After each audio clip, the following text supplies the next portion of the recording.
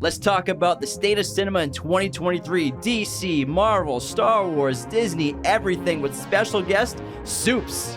What's up, guys?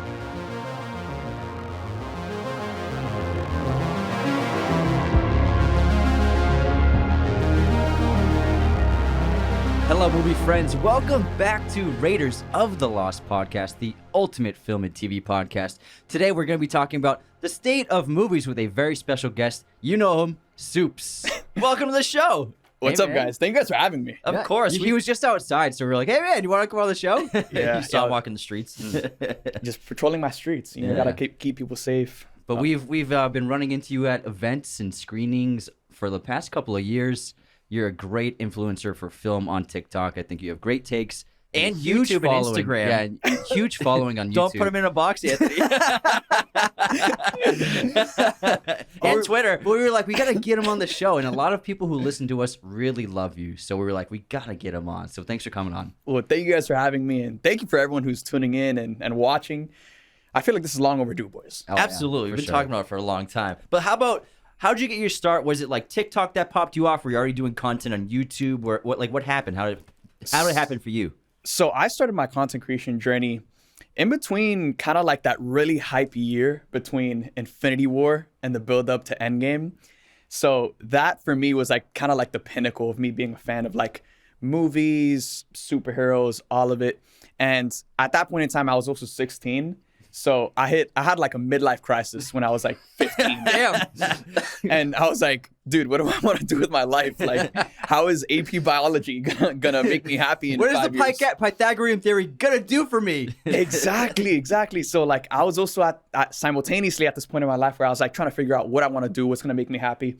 So I figured like the one thing I think about every single day, the one thing that lights me up more than anything is movies, film, shows, superheroes, all of it.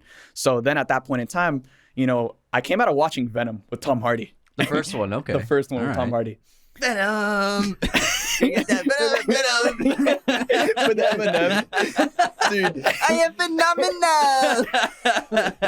That's Southpaw. Yeah. I have to. Dude, I came out of that movie and I just had thoughts.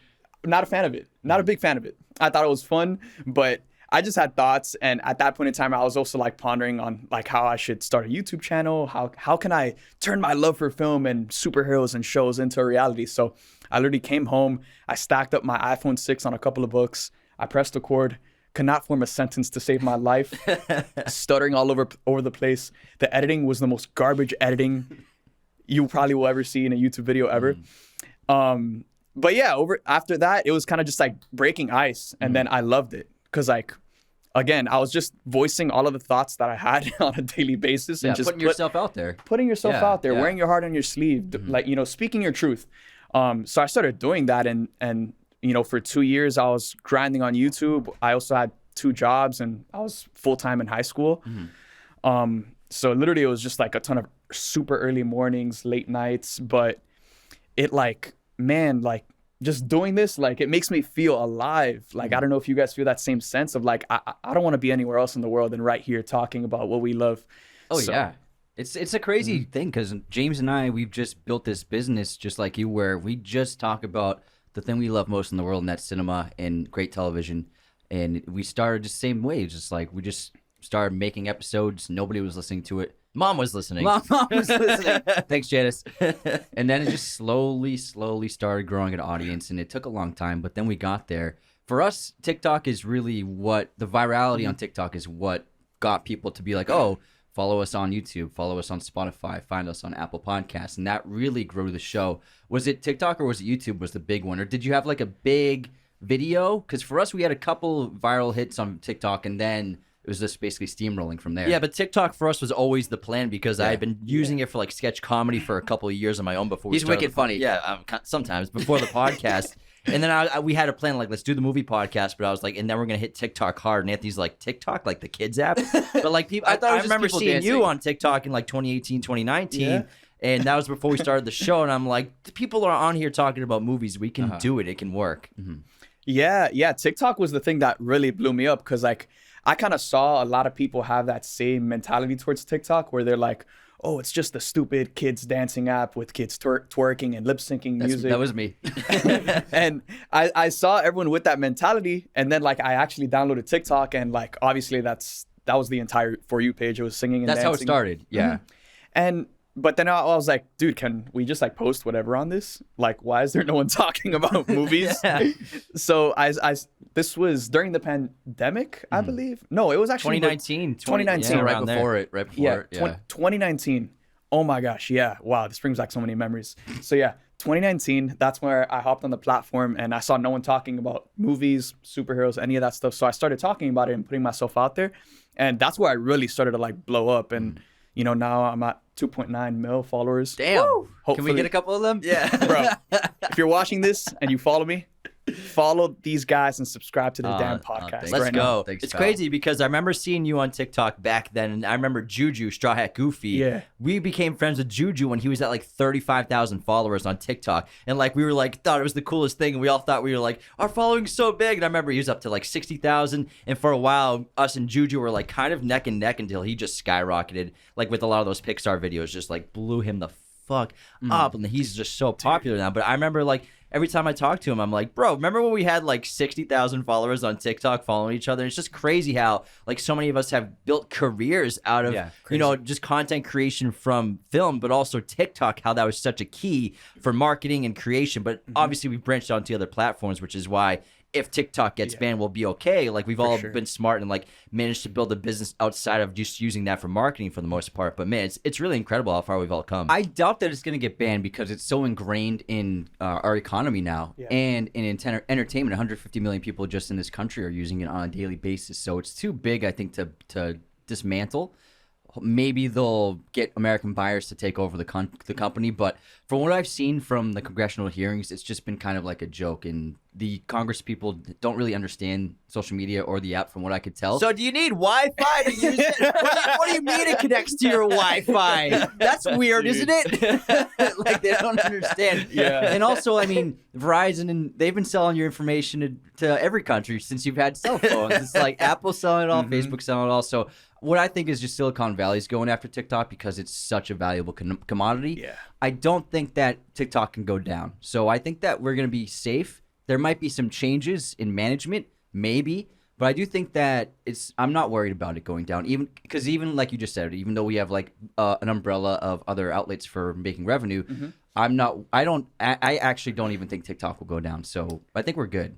I think it's we'll too see. valuable. Yeah. Dude, It's it's too too many people valuable. on it. Yeah. Especially because we get a lot of our work with studios, I'm sure with you, from TikTok. Like, we reached out to you, we found your TikTok, and a lot of them don't even know we have a podcast. Yeah. But like, It's I think ingrained that's- itself into the economy in such a profound way. Yeah, You can't get rid every of it. corporation's using it. And even to our world, like the way TikTok ingrained itself into like Hollywood and like the film community, Entertainment, yeah. post pandemic, Yeah. like now you see all like it's literally how like a lot of us were able to turn this into a living because like you know now a lot of studios they go to content creators because if you have a content creator that you can pay for you know a small amount of money but they'll post a TikTok that gets millions of views, a studio would rather do that than pay for a billboard on you know on a Or a commercial, yeah. Or a commercial It would be no a one's gonna waste see. of money on a commercial nowadays. You're getting more bang for your buck on TikTok for sure as a marketing team. So we've definitely seen that. And we get jobs every once in a while. It's really cool because I feel like it used to just go to be maybe journalists were like the film influencers, newspaper journalists, and people writing articles for like magazines, major magazines like Time, Rolling Stone, New Yorker. Those were the old influential people of the film community. But now it's people like us where it's all digital. It's all video based. And no it's one's clicking on those yeah, websites exactly. anymore. They're begging you for subscribe. Please give us 99 cents a month. Actually, we do that too on Patreon, but still, we're less cooler. desperate. We're cooler. We're less Look. desperate. New York Times, you go on the webpage, they pop up with the ad like you gotta subscribe if you want to read this article. It's like Yeah. that's bullshit. At least you can still listen to our entire episode for free. 1000%. And you guys are fans. Like I feel like, and that's what has grown our community so much is like we all come from a genuine place. We're all just normal people who literally before when I got here, like we were talking about movies as soon as I walked in the door and we weren't Yeah. even on camera recording anything. Yeah, I was like, guys, let's save this for the goddamn show. Let's turn the cameras on. They tried to have 2 podcasts in the kitchen. I'm like, come on, guys, what are we doing here? So I've never been a big fan before the internet really hit big. I used to, because we always were obsessed with films. So when films would be coming out or whatever, I would be on IMDb. I would be on Rotten Tomatoes. This is when before anyone had an iPhone. This is before social media. That's how old we are. Just FYI. Watching YouTube of interviews and stuff. But I would read most of the major magazines and newspapers reviews of films, and I found the thing is that what's different is we're basically doing kind of the same thing, but for example, for like a film journalist to get a job for like the New Yorker, they had have probably a background of studying film in college, probably a lot of experience. But I also saw that I always felt like they had an elitist attitude when they were critical of films or analyzed films, and it was difficult to relate to it. They were oftentimes so judgmental and too nitpicky, and it didn't really feel like this is just like a normal person enjoying a film. And then when we started a podcast, the main motivation was let's just make it feel like we're just a couple of guys having a conversation about a movie we really liked. And I never really got that from reading those critics back in the day, and I think that's why people like us have been able to find a big audience, because people want to hear like an every person's opinion of a film, not like some super smart like I'm a master's degree, I'm gonna like hyper analyze a comic book movie using thesaurus.com for the entire the article. biggest words they can find. Yeah, so I think what we do is what's more a synonym for very good? Oh, excellent. Uber good. So I think what we do, it's more relatable for the average person and people, the average audience. Like I feel like they can relate to us more than they could have related to the old film critics back in the day. For sure. I mean, and the job of a lot of those older critics was to find the flaws in a movie, whereas like people like us, like we're trying to watch movies to enjoy them. Oh yeah, to love them. Yeah, we're not coming from a place of like, oh, you know, we have to, I don't know, criticize a movie for the New York Times or something like that. It's not our job. Like our job is to just watch movies and talk about them. Dude, and if we have like critiques about it, genuine critiques, that's okay. Yeah. If we don't, then that's also okay. Like we don't work for anyone, bro. We work for ourselves, and we're just like. Yeah, we can say whatever we want. work for the fans. Exactly. And like that's one of the reasons why we started the podcast is we won't say what podcast it was, but we listened to this Gladiator review, and Gladiator is one of our favorite films of all time. Goats. Got the Maximus helmet right here. there. Like we are obsessed with that film, and it's such an incredible movie. And it's a masterpiece, and we listened to this episode of this really popular podcast, tearing it apart. These people have never been on a set before, never made a movie, and they're acting like they're better than Ridley Scott and better than Russell Crowe in this magical film that they could never make. They're just tearing it apart, and we're like, fuck these guys. I literally walked in your room and was like, fuck them. We could do our own podcast. Yeah. That was like the final straw. We're like, we're doing it finally. Yeah. And so we're taking a piece of the pie of content. And so that was one of the main motivators of people being too nitpicky of films, too critical of films, without understanding or appreciating the process of what goes into making a film, how hard it is to make a film, all the people that work on it. Of course, like we just did our John Wick review. We were glowing about it, but we had a few things to say. Cons, we always talk about cons we have, but for the most part, 95% of what we say is always praising a film, even if we didn't love it. Dude, on my Letterboxd, it's the majority of my ratings are 5-star ratings and 4.5 star, just because I love movies. And I don't know, are you using Letterboxd? I downloaded Letterboxd, dude, and I was on it for like 2 days, and then. Dude, I watch a movie every day. So yeah, same. It's just hard. Hard for me to like log it and then type out like a review every single day. Yeah, same. I'm like, oh, do I have to really log in? Yeah. So now I took over the Letterboxd. He's like, you handle Letterboxd. I do the Twitter. He does Twitter. I do the Twitter. He does Twitter. But Letterboxd, it's from what I've seen, people can be kind of just like a little too judgmental and like harsh in their ratings and like only save 5 stars for like certain movies. But I'm just like 5 star, 5 star, 4.5, 4.5, because I love movies. But you also watch great movies a lot. That's true. I have good taste. Oh yeah, you gotta put me on, bro. I watch a lot. Well, so I'm not like bragging, but I people make fun of a lot of movies. People make fun of me. I watch a lot of movies that no one else watches. I watch a lot of international films, and I watch a lot of very old films, like from old films from the 40s, 50s, 60s, from all over the world. And there's a great app if you want to get into it called Criterion Channel. And they are like the streaming app distributor for all the films that Netflix, Amazon, and HBO Max are like, we're not going to fucking put these on the app. The Criterion Collection. Yeah, so Criterion Collection is fantastic. They have films from all around the world from every decade, from filmmakers you maybe have heard of but haven't been able to see their films on Netflix or whatever. And so if you want to get into more obscure films but like very artistic films, Criterion Channel is the place to do it. Everyone listening, Criterion. I talk about it all the time. Yeah, I like Letterboxd. I think it's an awesome idea. And it's a great social media app for people to learn more about movies and to like kind of join a community and discover films they never heard of or they might find interesting. But I think there is a con to Letterboxd where I think there's a massive recency bias where I would say 90% of the reviews and ratings on Letterboxd are probably movies only made past 2000, 2005. There aren't really a large percentage of reviews of movies in the 20th century. So that's one con to Letterboxd, is it's really only a lot of the just recent movies get reviewed. You're right, because I'll look at movies I love, or like even famous older films from like the 60s or 70s or 80s that most audiences know about, and they'll have like 10,000 reviews or like 15,000 reviews in total. And then like a new release that comes out and it's been out for a week will have like 100,000 reviews already. So from what I've seen from Letterboxd, I would say, if I was going to guess the age demographic of Letterboxd, I would say it's 13 to 30 is probably the main age. And what I can tell from that is that most people in these younger generations don't seem to be too interested in older films or even classic films. Like, so I would say that it's definitely kind of worrying for me, is like, are older films going to die in the future? I don't think that's necessarily the case. I think it's just the case that like the younger generations like social media is kind of like it's part of our way of life. So like now every single time when we go into a movie, like first of all, before the movie, we're on TikTok and the movie's all over TikTok. Yeah. Afterwards, I mean, us as content creators, it's like we're going to make content about that film, give our thoughts about it. Even for people that don't do content creation or don't share their thoughts online, like seeing the reactions on Twitter, seeing what people are saying, like the film community has like come together so much with social media. So that's why I think you see like a lot of those older films, because like those movie goers didn't have social media. Exactly, yeah. So it was just kind of word of mouth, talking to your friends, and that's it. But for us, it's like all right.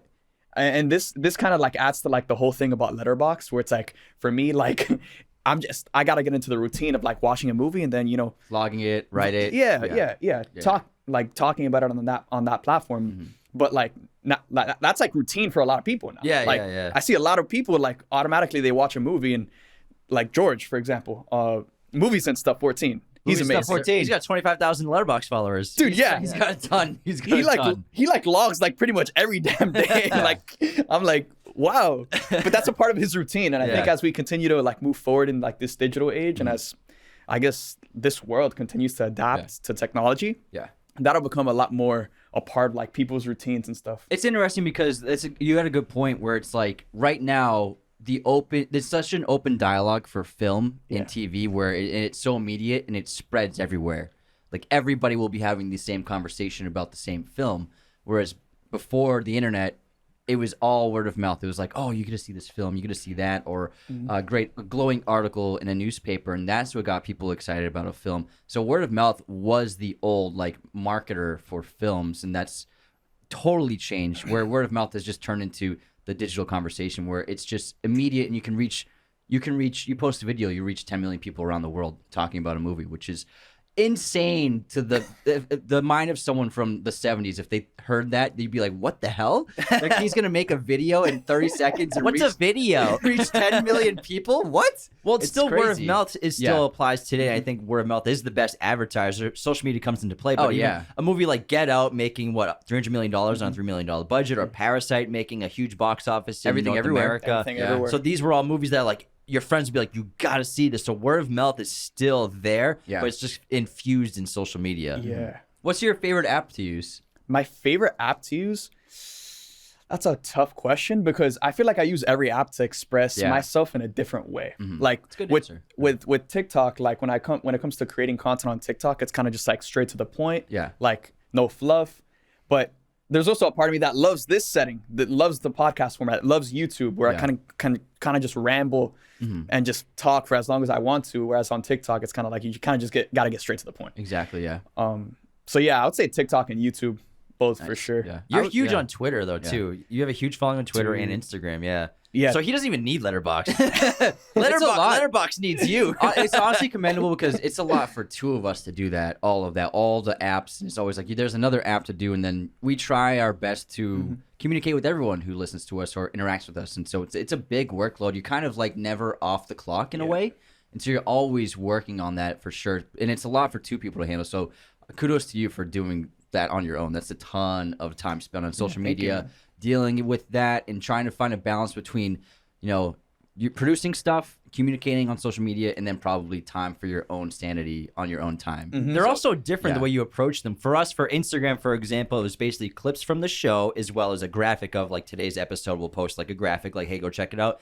Toss the links in the story. And then TikTok, obviously clips from the show as well as some fun facts here and there. YouTube full episode, Spotify, Apple full episodes. But then Twitter is one where like every day I have to get on there. I'm like, all right, think of something cool and witty, something that could like get like a good amount of likes and retweets, or just playing off something you see on Twitter and like doing a quote retweet. So Twitter is like its own animal where you have to like really think about it and like try to come across as like, you know what you're talking about, not in like trying to also be unique in your opinion of what you're about to say, but also working off what you see on the feed that day. Hey, you're a cool guy, so I'm sure people like it. Hey, the Twitter fan base is growing. We're almost at 2,000, bro. Nice. Hell yeah. Almost Nice, at dude. We didn't have it until last year. I was always like, I don't want to be on Twitter because it's so toxic. But then you get over it. But I mean, we have toxic fans and not fans, but toxic people everywhere. Yeah. I think TikTok is the most. The meanest people are probably on Instagram in terms of when it comes to comments. They can be ruthless in the Instagram comments. Yeah, I don't know they what it can is be about ruthless. Instagram, but they're so mean. I actually had to private the comments. I had to turn commenting off a video yesterday. Really? Wow, Yeah, really? it was just like they call me an idiot and a dumbass over and over again. Well, you're gonna turn me off because I say that every day to you. No, not you. kidding, I just mean, kidding. Yo, nah, Twitter. Dude, Twitter's a whole different beast. oh, I can imagine. Like, I've gotten the worst on TikTok, Instagram, Oh, man. YouTube. Twitter is a whole different animal. Yeah. You develop a thick skin because it used to bother us, like bad Yeah. comments, and it used to be you would get in like an argument with someone and in like a back and forth in the comments, and they would kind of like mess up your whole day. But then you realize it's just some fucking loser in a basement. Like, who are they? They're just mad at they're mad at their life, and they're just taking it out on me. Like, it's not important. So now we just laugh it off. Yeah. If it's really bad, we'll just delete it without even replying. We'll probably block the person if they say something pretty nasty or very, very disrespectful. But we never get into back and forths anymore. Yeah. And we don't engage anymore. And now it doesn't even bother us. We laugh at it now. We'll screenshot it and send it to each other. But just look at what this guy said. Yeah, he's not the first. You know what I'm saying? Like, Exactly. yeah. yeah, and I also feel like for content creators in general, I feel like it's very important for us to like, I mean, there's the phrase like touch grass, like keep ourselves grounded in the real world yeah. because like social media can become such a bubble. Yeah. Where you build such a great community, and like for the most part, it's like awesome. It's like great to like interact with other passionate people online, but like then again, you also have the trolls, like people that are just trying to be toxic and tear you down for literally no reason. And yeah, that can kind of become like a whole bubble and really like mess with you. But again, you just kind of got to keep yourself grounded.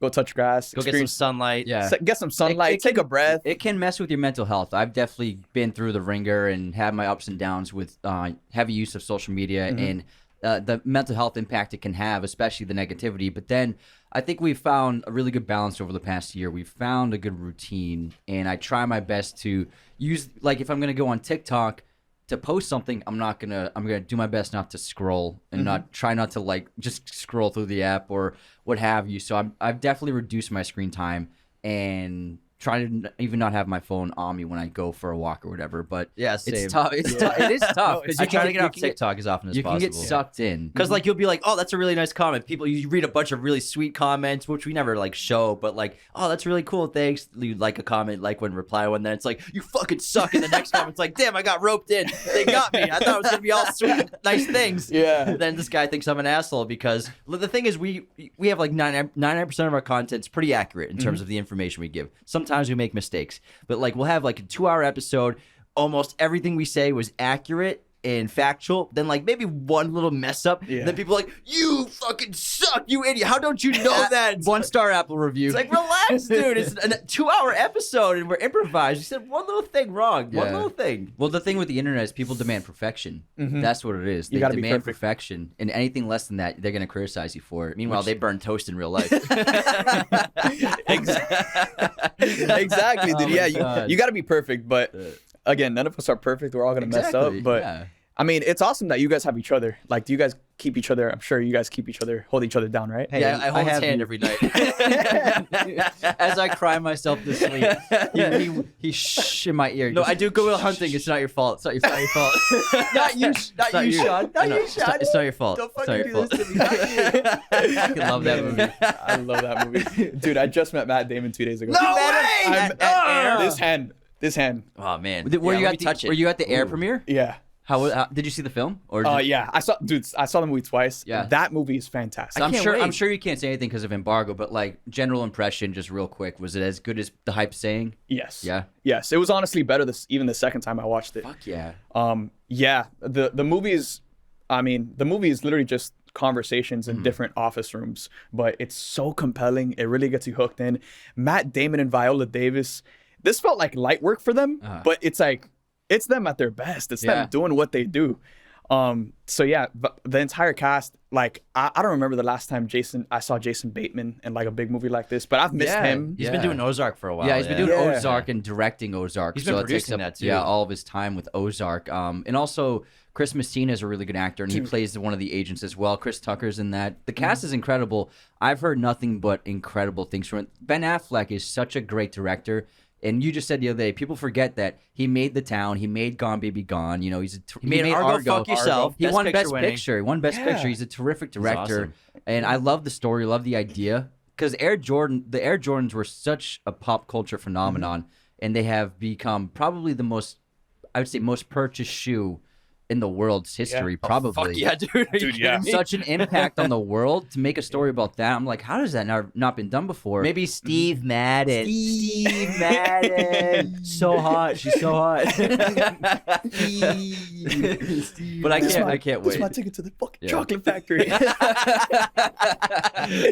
gotta be dancing with the Oompa Loompas. We gotta do Wolf. You shove his stock down their throats all day. I'm not fucking leaving. God, I love that movie. Sorry, what were you saying about Steve Madden? I mean, Jordan's most sold shoe of all time. Yes, it's the most. I mean, everybody's bought in a pair of Jordans at one time in their life. Yeah. I mean, at least one pair. I got those T-Mac 2s when I was 12. Oh, Tracy McGrady had a great set of shoes. He had a few. I had T-Mac 3s. They were great. They were good, but they weren't Air Jordans. But yeah, they were the cheaper version. Yeah, because I keep seeing on Twitter, like, people are like, oh my God, Air is so good. I'm just like, yeah, it's fucking a Ben Affleck movie. Yeah. Where have you been this century? You forgot. Like, I know it's been, Live by Night came out in 2016, not well received by critics or audiences, but then what, Argo was 2012, 2013? Something like, it's around then. So it's been a while, because he's been doing Batman and so much other stuff. But man, people forgot how great of a storyteller that guy is, and he knows what the hell he's doing. He's like one of the best actor, writer, directors of all time, you could argue, especially after this, because I mean, this might be an awards contender. It looks like an awards contender. It looks like it could definitely get some nominations. Viola is probably the best actor working today, and Affleck's just a very talented guy with the camera. He understands. He's an actor's director too. He always pulls great performances out. Even in The Town, Jeremy Renner got nominated for Best Supporting Actor in that. He's just terrific. Casey and Gone Baby Gone is incredible. Casey Affleck, he's great. Yeah. Michelle Monaghan too. So I can't wait. I just love anything he does, and I'm glad. I loved him as Batman, and I enjoyed seeing him, but you could tell it was restricting him from his behind the camera projects, something like this. So I'm glad that he has more free time to be able to be an actual storyteller again. No, 1,000%. And you can tell that this is coming from a creative who isn't just a director, but he's an actor. So like in a lot of the scenes, like you can tell that a lot of the scenes, it's just like improv between both fantastic actors going back and forth. I read this really cool thing about it. So there's a lot of phone conversations from what I've heard. A lot of phone conversations. So the way they filmed it, which is not how anyone ever films phone conversations in film, they always just do one camera for an actor, film them, all their setups, and then do the next actor, even probably weeks apart sometimes, the same phone conversation. But what they did with this was they built a huge set for the offices, and they had Chris Messina and Matt Damon on the phone performing the scene simultaneously, filming them both simultaneously with 3 camera setups. So they captured it all live with just the same takes over the phone, just down the hall from each other. And I don't think that's ever really been done like that on film before. I feel like that's how I would want to do it as a director. Yeah. You know, studios probably like, oh, we don't have time. Plus scheduling with actors and stuff like that. The 6 cameras is a lot of cameras. But I mean, obviously they probably have the other actor maybe doing voice, or you have a stand-in on the other line if they're even talking to somebody on the phone, or just it would just be like a PA holding the script, talking with the actor. I'm sure they'd have an actor. Right? It's a movie. It's not like they just had some guys working the food truck outside. Hey, you wanna read with Matt Damon? Yeah. It's like for sure an actor They're just not in the movie. This fucking guy. Well, sometimes the director does it. I know. Sometimes Yeah, the director does yeah, it. but the director's not a PA. Whatever, man. It's probably the line producer. Yeah, anyone It's- can. Okay, anyone sorry. can do it. Sorry, it's probably most time the line producer. How about I think it's probably an actor. Okay, That's it's not in the probably mo- an actor. It's probably an actor that's not in the movie, but still, it's not the same thing as the actual real performer who's playing the character they're talking to. But Yeah. to have the real conversation on the phone, that's awesome. I can't wait to see it. I'm so excited to see that movie this year. It felt like I was watching an all-time classic. It's Hell amazing. yes. Like they don't make movies like that anymore. So Yeah. They're such great writers too, man. such great writers. And for them to work together, it's got to be something good, you know? Dude, yeah. And to get Viola, because Viola can do anything she wants. So, like, to have us, if she's on a movie, you know the script's great. Yeah. You know what I mean? If she's doing it and giving her time, especially in a supporting role, she's like, it's got to be a fucking great script. Dude, and it's 100%. crazy because the biggest thing about the Nike and Jordan deal was that Jordan got a percentage of the annual revenue of the shoes. Like at that point in time, that hadn't really been done before. Athletes were just paid retainers. Like let's say if your contract is $200,000 a year, you would just get the $200,000. But Jordan, he got the yearly retainer, and then he also got a percentage of his shoe. Like he owned a piece of his name and his brand. Billionaire, man. Billionaire. Retainer. We're also very excited. The Flash is coming out soon. Speaking of Ben Affleck, and I have a feeling that it's going to be really fantastic. In that, with all of the drama that happened with DC over the past 6 months, I think that they do have something special on their hands because Andy Muschietti is one of my favorite recent directors. His horror film Mama, which Guillermo del Toro produced for him, is a fantastic horror film. And then what he did with It was really sensational. Yeah. He blew me away because we grew up on that TV miniseries, and it was just like, it was scary as a kid, but like it's so cheesy. It's a hard story to adapt. But he made one of the best horror films of the past decade with the first It for sure. And so when he signed on to The Flash, I was like, this is in really good hands. So I think that The Flash, I'm predicting it's going to make $1.5 billion. It's going to be a massive hit, and it's going to be a big deal for Warner Brothers going forward. It has to make $1 billion. This is going to end up being like a $500 million film. And we actually heard some of it. We were actually at Warner Brothers the other day. We can actually talk about this. We won't get into details because we're under embargo for reactions until April 3rd is when we're on. Oh, lifted up. I know what you've But seen. we got to see, we saw the trailer for Blue Beetle. Yeah. And so this episode's posting August 6th, so we can actually. After the fact, Yeah, we yeah. can talk about it. But the trailer looked awesome. You're going to fucking love Oh, it. we can talk about it right now, right? But Yeah. I don't want to alright. spoil it for him because the embargo will be lifted by now. Yeah. Just don't tell anyone about this. But because we're filming this on the 29th. Yeah. And so the trailer We was will murder you. the trailer was awesome. You're gonna fucking love it, dude. Dude, that is my number one this Yeah, year. and we got- Do you Number know one. Blue Beetle? Are you a comics fan of the comics? Because we don't know anything. We never heard of Blue Beetle. I never heard of Guardians of the Galaxy. We're very non-comic people. So whenever a new superhero comes out, I'm like, I've never heard of that, but it's cool. As someone who's never heard of the character, they really sold me on the trailer. It's a lot of fun. It's really engaging. It looks like it's a really exciting entry for DC to put in their franchises.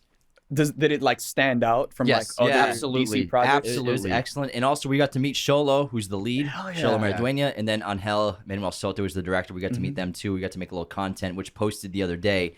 But the trailer was awesome. Then like while we were down in like the underneath the base, not underneath the theater, but like So they have it was like a screening a building for screening. There was a screening theater on the top floor, and then on the bottom floor is where we did the interviews. Gotcha. Yeah, and so the theater, and then downstairs is where we met them and talked to them. But then while we were waiting our turns, they were watching The Flash upstairs. So we heard like Danny Elfman's music, and then we heard a little bit of the opening. No. And then we were like, we should go. I don't want to hear because you could hear it. It's right up the stairs. Yeah. So I know the opening song that they're going to use in The Flash, and I'm all on board. But we could hear it being played, and people that were working there, they're like, I've seen it 4 times already, and it's amazing. Yeah, WB employees can just watch it.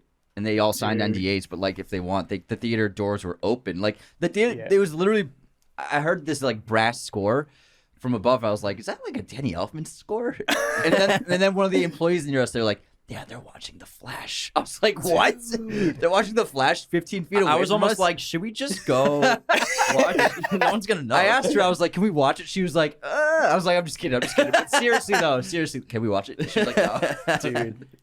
Yeah, I'm going to CinemaCon for literally The Flash. Oh, nice. Because it's Hell yeah. debuting at CinemaCon April 25th. Where I is believe. CinemaCon? Is it in LA or? It's in Vegas. Oh, in Vegas. Dude, you Wow. guys got to go out there at some point. Hell yeah. For like the Vegas. next CinemaCon. Is that May? April. April. Okay. Yeah, end of April. Oh, very soon. Very soon. We'll have to check it out. Dude, yeah. So yeah, they're showing The Flash there. That's where they premiered Top Gun Maverick last year. Oh yeah. Oh man. But The Flash, dude, I'm so hyped on that movie. It's gonna be big, and I think Ben's probably only there for like 5 or 10 minutes max. He said something like that. He's probably just in like the opening battle if there's one. Well, I don't know if you guys saw. He was on a podcast. He talking spoiled about it. Dude, he spoiled Gal Gadot. Yeah. She's in it as Wonder Woman, and he said that it was his best shit that he's done as Batman. Yeah, which is like really exciting. They to probably hear. don't care. They want people to see this fucking movie because same thing. It's what happened with Shazam, and then it's what happened with Black Adam, where they're teasing all the big secret reveals right before the movie comes out because it's tracking low. And like, at least we can get some ticket sales if we show that Gal Gadot's in this movie, if we show that Henry Cavill's in this movie, which was. That sucked that they cut him the next week, but I think it's kind of just an effort just to get as many butts and seats and sell as many tickets because they need to make $1 billion. How do you feel about DC's big changes with Gunn and Safran going forward? Really revitalizing and changing the direction. Obviously, firing a couple of the famous actors like Henry Cavill, but just basically going in a new direction. What's your overall opinion of it? Are you happy with it? Are you excited with it? Are you pissed that someone like Cavill, who we love, got fired? Or do you think it's like they have the potential for a brighter future? For me, overall, I'm happy with like the direction that they're heading because DC has needed leadership over there to like two people. In this case, it is two people. It's James Gunn on the creative side, Peter Safran on the business side, which is like such a perfect combo. Just overseeing everything and really just being the one to call the shots because for so many years, it's just been so many different changes in leadership, changes in direction that like it's insane to me how it's been over 10 years and they did nothing with Henry Cavill's Superman. Like no sequel. He never had another movie. None.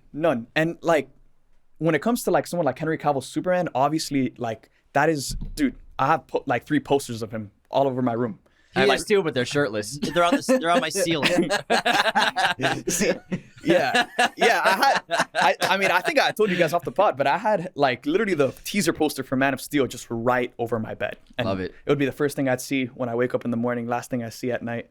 Remember that first trailer? Remember the teaser trailer? He gets it. Remember the teaser trailer? You hear like a little bit of the theme from Hans, but so they had 2 teasers with one with Russell Crowe narrating, and then one with Kevin Costner narrating. They didn't really show anything of Superman. They would show Cavill like on the docks or like with petting that dog handheld with this really cool intimate cinematography style. And then shot of him flying up in the clouds, and he was like, "Oh my god, what is this?" Dude, I remember they showed that teaser for the Dark Knight Rises, like during the Dark Knight Rises, it was attached to it. Yeah, you're right. It was. I remember watching it like, oh my god, because it came out in 2013. Rises came out in 2012, so it was before the Rises. Studios were so much better at trailers versus today. Obviously, I mean with big blockbusters, because I feel like every time I'm about to go see an MCU movie or a superhero movie, like the last few years.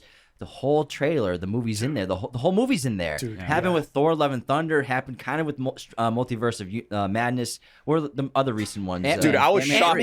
Ant-Man. The whole movie's in the trailer. The whole movie was in the trailer. So we watched the trailer, and then we were like, so probably when Ant-Man's all bloodied up and he's saying, I don't have to win. We just both have to lose. I was like, that's probably the end of the movie. That was the climax. Yeah. How could you throw in the climax in the trailer? They'll even structure trailers like it's like a condensed version. Film. It's not like it's like all sorts of cuts and they're like they're reordering scenes. It looks like there's sometimes the trailer is like just a 2-minute version of the entire film from start to finish, and it's like I feel like I've seen the movie already. And when we watched Ant-Man and the Wasp: Quantumania, we were like, I walked out and I was like, yeah, I already saw it. I already saw the movie. Yeah. In the trailer. Dude, yeah. No, I mean, and I think that's a great conversation to bring up because I think nowadays, I feel like studios are making trailers thinking and having in mind what's going to get the most buzz on social media. Yeah. Compared to like back then, trailers were like their own art form. Same thing with posters. Like posters nowadays are just like a ton of floating head posters where they're not really like made as like their own individual pieces of art. They don't want to take risks anymore when it comes to marketing. But I love old movie trailers, but we still get great ones. I think Oppenheimer, the IMAX Oppenheimer trailer is the best trailer of the year so far. But I mean, even thinking back to like Inception's movie trailer is incredible, but like not just like showing the final of the film. I mean, Dungeons and Dragons, they had a good trailer too. The last one, it didn't tell the whole film, and I enjoyed that movie with no expectations. Yeah. But I think studios, they used to be so much better at taking risks, showing us something interesting to get people enticed to see a movie versus like, I think that's a great point. It's just all about getting views on social media and just kind of shooting your load. It's like just showing them everything that the movie has to get them in. You know what I mean? And not saving anything. And there are some filmmakers that actually make their own trailers. Tarantino makes his own trailers. Paul Thomas Anderson, he actually edits his own trailers. And they get to have creative art, integrity and control over what they're showing for the marketing. So I think it would be cool if they started maybe going that route, because I'm going to go see the Batman too. Doesn't matter what the trailer looks like. I'm going to go see it. Just show Robert Pattinson's foot for 2 minutes. I'll go see it. Yeah, it doesn't matter. Give us a badass shot of him walking out of the Batmobile. Boom, signed up. This episode, of course, is sponsored by our great friends at movieposters.com. Be sure to use our promo code Raiders10 to get 10% off your order today. They have a huge selection of pretty much every movie and TV show imaginable in their poster library. And if you want to get some posters, be sure to go there and use our promo code Raiders10 to get 10% off your order today. Well, speaking of that, we got one of the villains got cast today. Yeah. So Clayface. Clayface. Who is Clayface? Do you know? Yeah. I mean, I know of the character of Clayface. Yeah, Clayface he's kind of just an evil dude who can just like shapeshift. And he's like made of clay, so he can shapeshift into like different people, things. Usually he's like this giant clay monster. So he's definitely one of the more fantastical villains amongst Batman's rogues gallery, which caught me by surprise, because like Matt Reeves' Batman seems to be so grounded that I never thought they would do someone as like big and crazy as Clayface. Yeah, I remember from the animated series he was in a bunch of episodes. I can't remember specifics, it's so long ago, but I definitely remember seeing him in the animated series a few times. But so I was thinking with the Batman, with Matt Reeves' Batman, I think it's cool to go with the lesser known villains, with the rogues gallery that maybe, because the animated show did everyone. They threw everyone in that in terms of villains. So I don't want to see, I don't think we need to see Bane again. I honestly, it's cool. I love Barry Keoghan. I think he's a perfect choice for the Joker, but I wasn't like, oh, I need to see Joker again. You know, the studio was. Yeah, I mean, we have Joaquin. We just had Jared Leto. Heath just only 12 years ago. So there's already been so many Joker interpretations just in the past decade, just in the past 5 years. So I wasn't really craving a new Joker, although I'm sure he's gonna nail the hell out of it. So I think it's better to go with the rogues gallery that maybe the live actions haven't really approached, and even maybe Poison Ivy could be a really interesting one with this world that he built. So I'm all for the weird, crazy, lesser known villains for sure. Yeah, like I mean, I think those are the villains that fit Pattinson's Batman the most. Like Riddler was such a great villain for like the first. There he is. He's right there. Dano. He was awesome. Dude, I was just disappointed. I want to see more screen time of him versus like smartphone or screen time, because he was like, a lot of his footage was him on a screen. But he was an influencer too. He was so. I believe they call them. I believe they call those incels. But he had such a strong presence on camera that he's in like 10 minutes, maybe max of the movie, and he still is so memorable as that role as Riddler. Well, he's a great actor. Once he was cast, I was like, okay, this is gonna be special. But Matt Reeves is a smart guy. He's a terrific director and great writer. We love the Planet of the Apes trilogy that he did the last 2 films on. Those are really great, like sci-fi and dystopian films. Like some of the best ones made the last several years. Like especially the third one, the CGI in that was insane. So I when he got the Batman job, I was like, he must have a great pitch.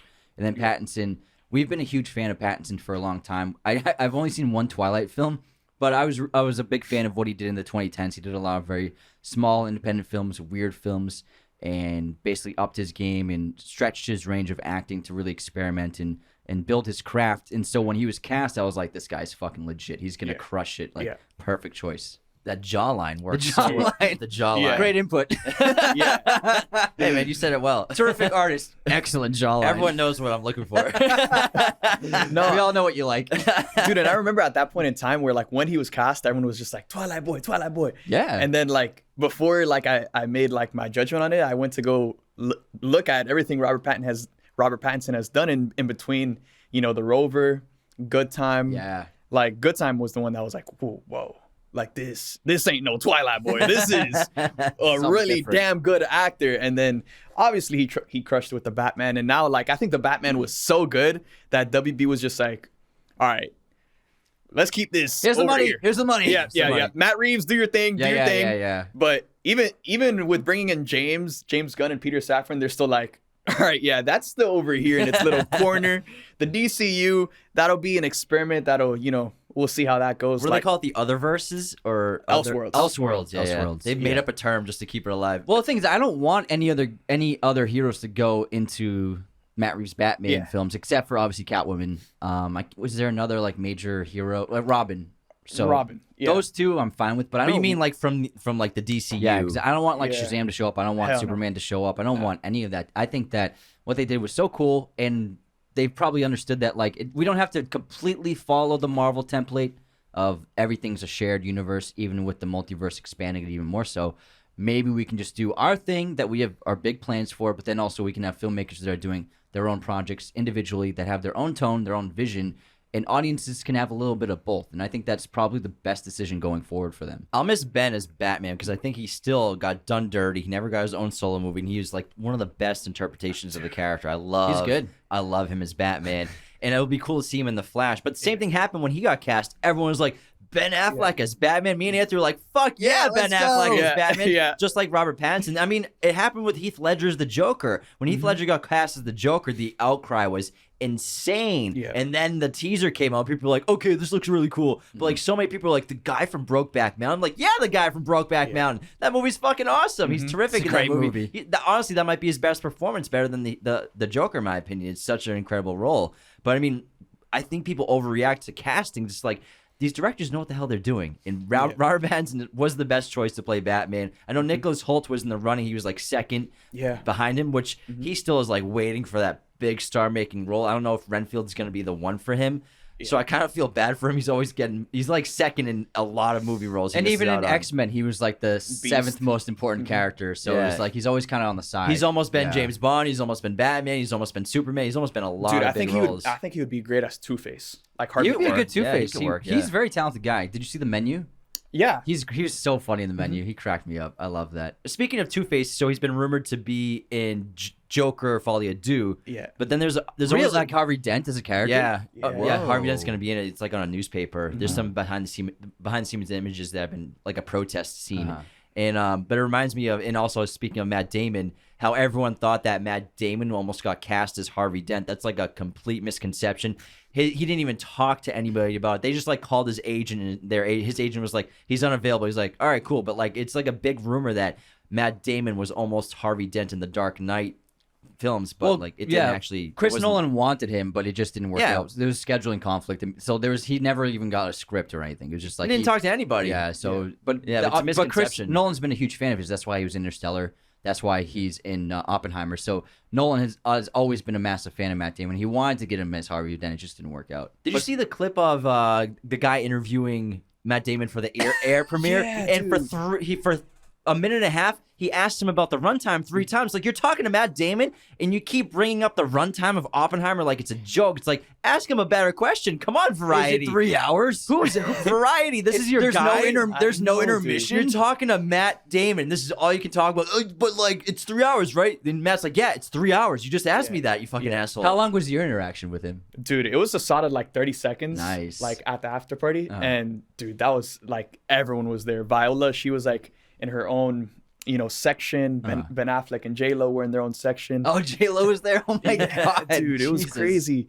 And then Matt Damon, he's like one of my favorite actors ever. So I kind of just went up to him and like congratulated him on the movie. And dude, he was just like so dope. Like so dope. He seems like such a nice guy. We actually, he's one of our favorite actors because we grew up, we like to say like Jason Bourne was our superhero when we were kids because like we loved the Bourne movies and like those were like the larger than life movies coming out at that time. Like there was, Batman was coming out. Yeah, Spider-Man. Raimi Spider, but like he was a superhero. He was an action star. Yeah, but he was just like we love him. And Good Will Hunting is one of my favorite movies. Me too. I mean, because if you take away John Wick, who's the big action star of the last 10, 15 years, because there always were a handful at a time in Hollywood, and not that weren't superheroes. Yeah, okay, You know what I mean? Yeah, Because now it's it's only superheroes. It's Bourne and James Bond. Yeah. Those are the only two. That's Bond, that for are, like, sure. on that level. But James Bond's been around for so long too. Yeah. But John Wick kind of like brought the action hero back in a lot of ways. Yeah, Obviously I'm thinking the action hero's back. I'm back again. You see John Wick 4?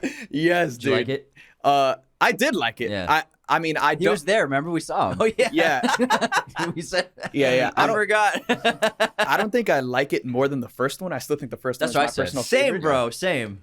but it was still fantastic. Oh, yeah, it was like, great, It was yeah. such a. It felt like they poured everything they had left to do into this one movie, which I really enjoyed. Yeah, we did an episode on it the other day, and I put it probably. I go to like 1, 3, 4, 2. I think I like the third one a lot. I think Parabellum's awesome. Halle Berry's such a badass in that movie, but you can't beat the first movie. It's establishing the lore. Plus, it wasn't such. The scope wasn't so big that it was like unbelievable. But like it was still kind of small and reserved, just getting introduced to this underworld and the high table and everything like that. And it was so new and interesting. But the scope is so massive now in John Wick 4, which is, I think there are pros and cons to that. But I just love the first one so much. Yeah. We were saying, I mean, the thing with John Wick is it's got so much consistency as a franchise where all the movies are really good. Like, there's no bad one. There's no really weak one. And it's like any one of them can be somebody's favorite. And you could be like, yeah, I can see that being your favorite. Yeah, no problem. So that's what's a strength. Because we were comparing it to the Matrix franchise. And we're like, there's only one great Matrix movie. The others, it's an outlier with the other ones, especially if you compare number 4 of each franchise. Resurrections is a weak one. So, yeah. I like to forget that I even saw that movie. What movie? Reza, what? You mean the one where they erased everything they did? Oh yeah. Hollywood 2022. Yeah.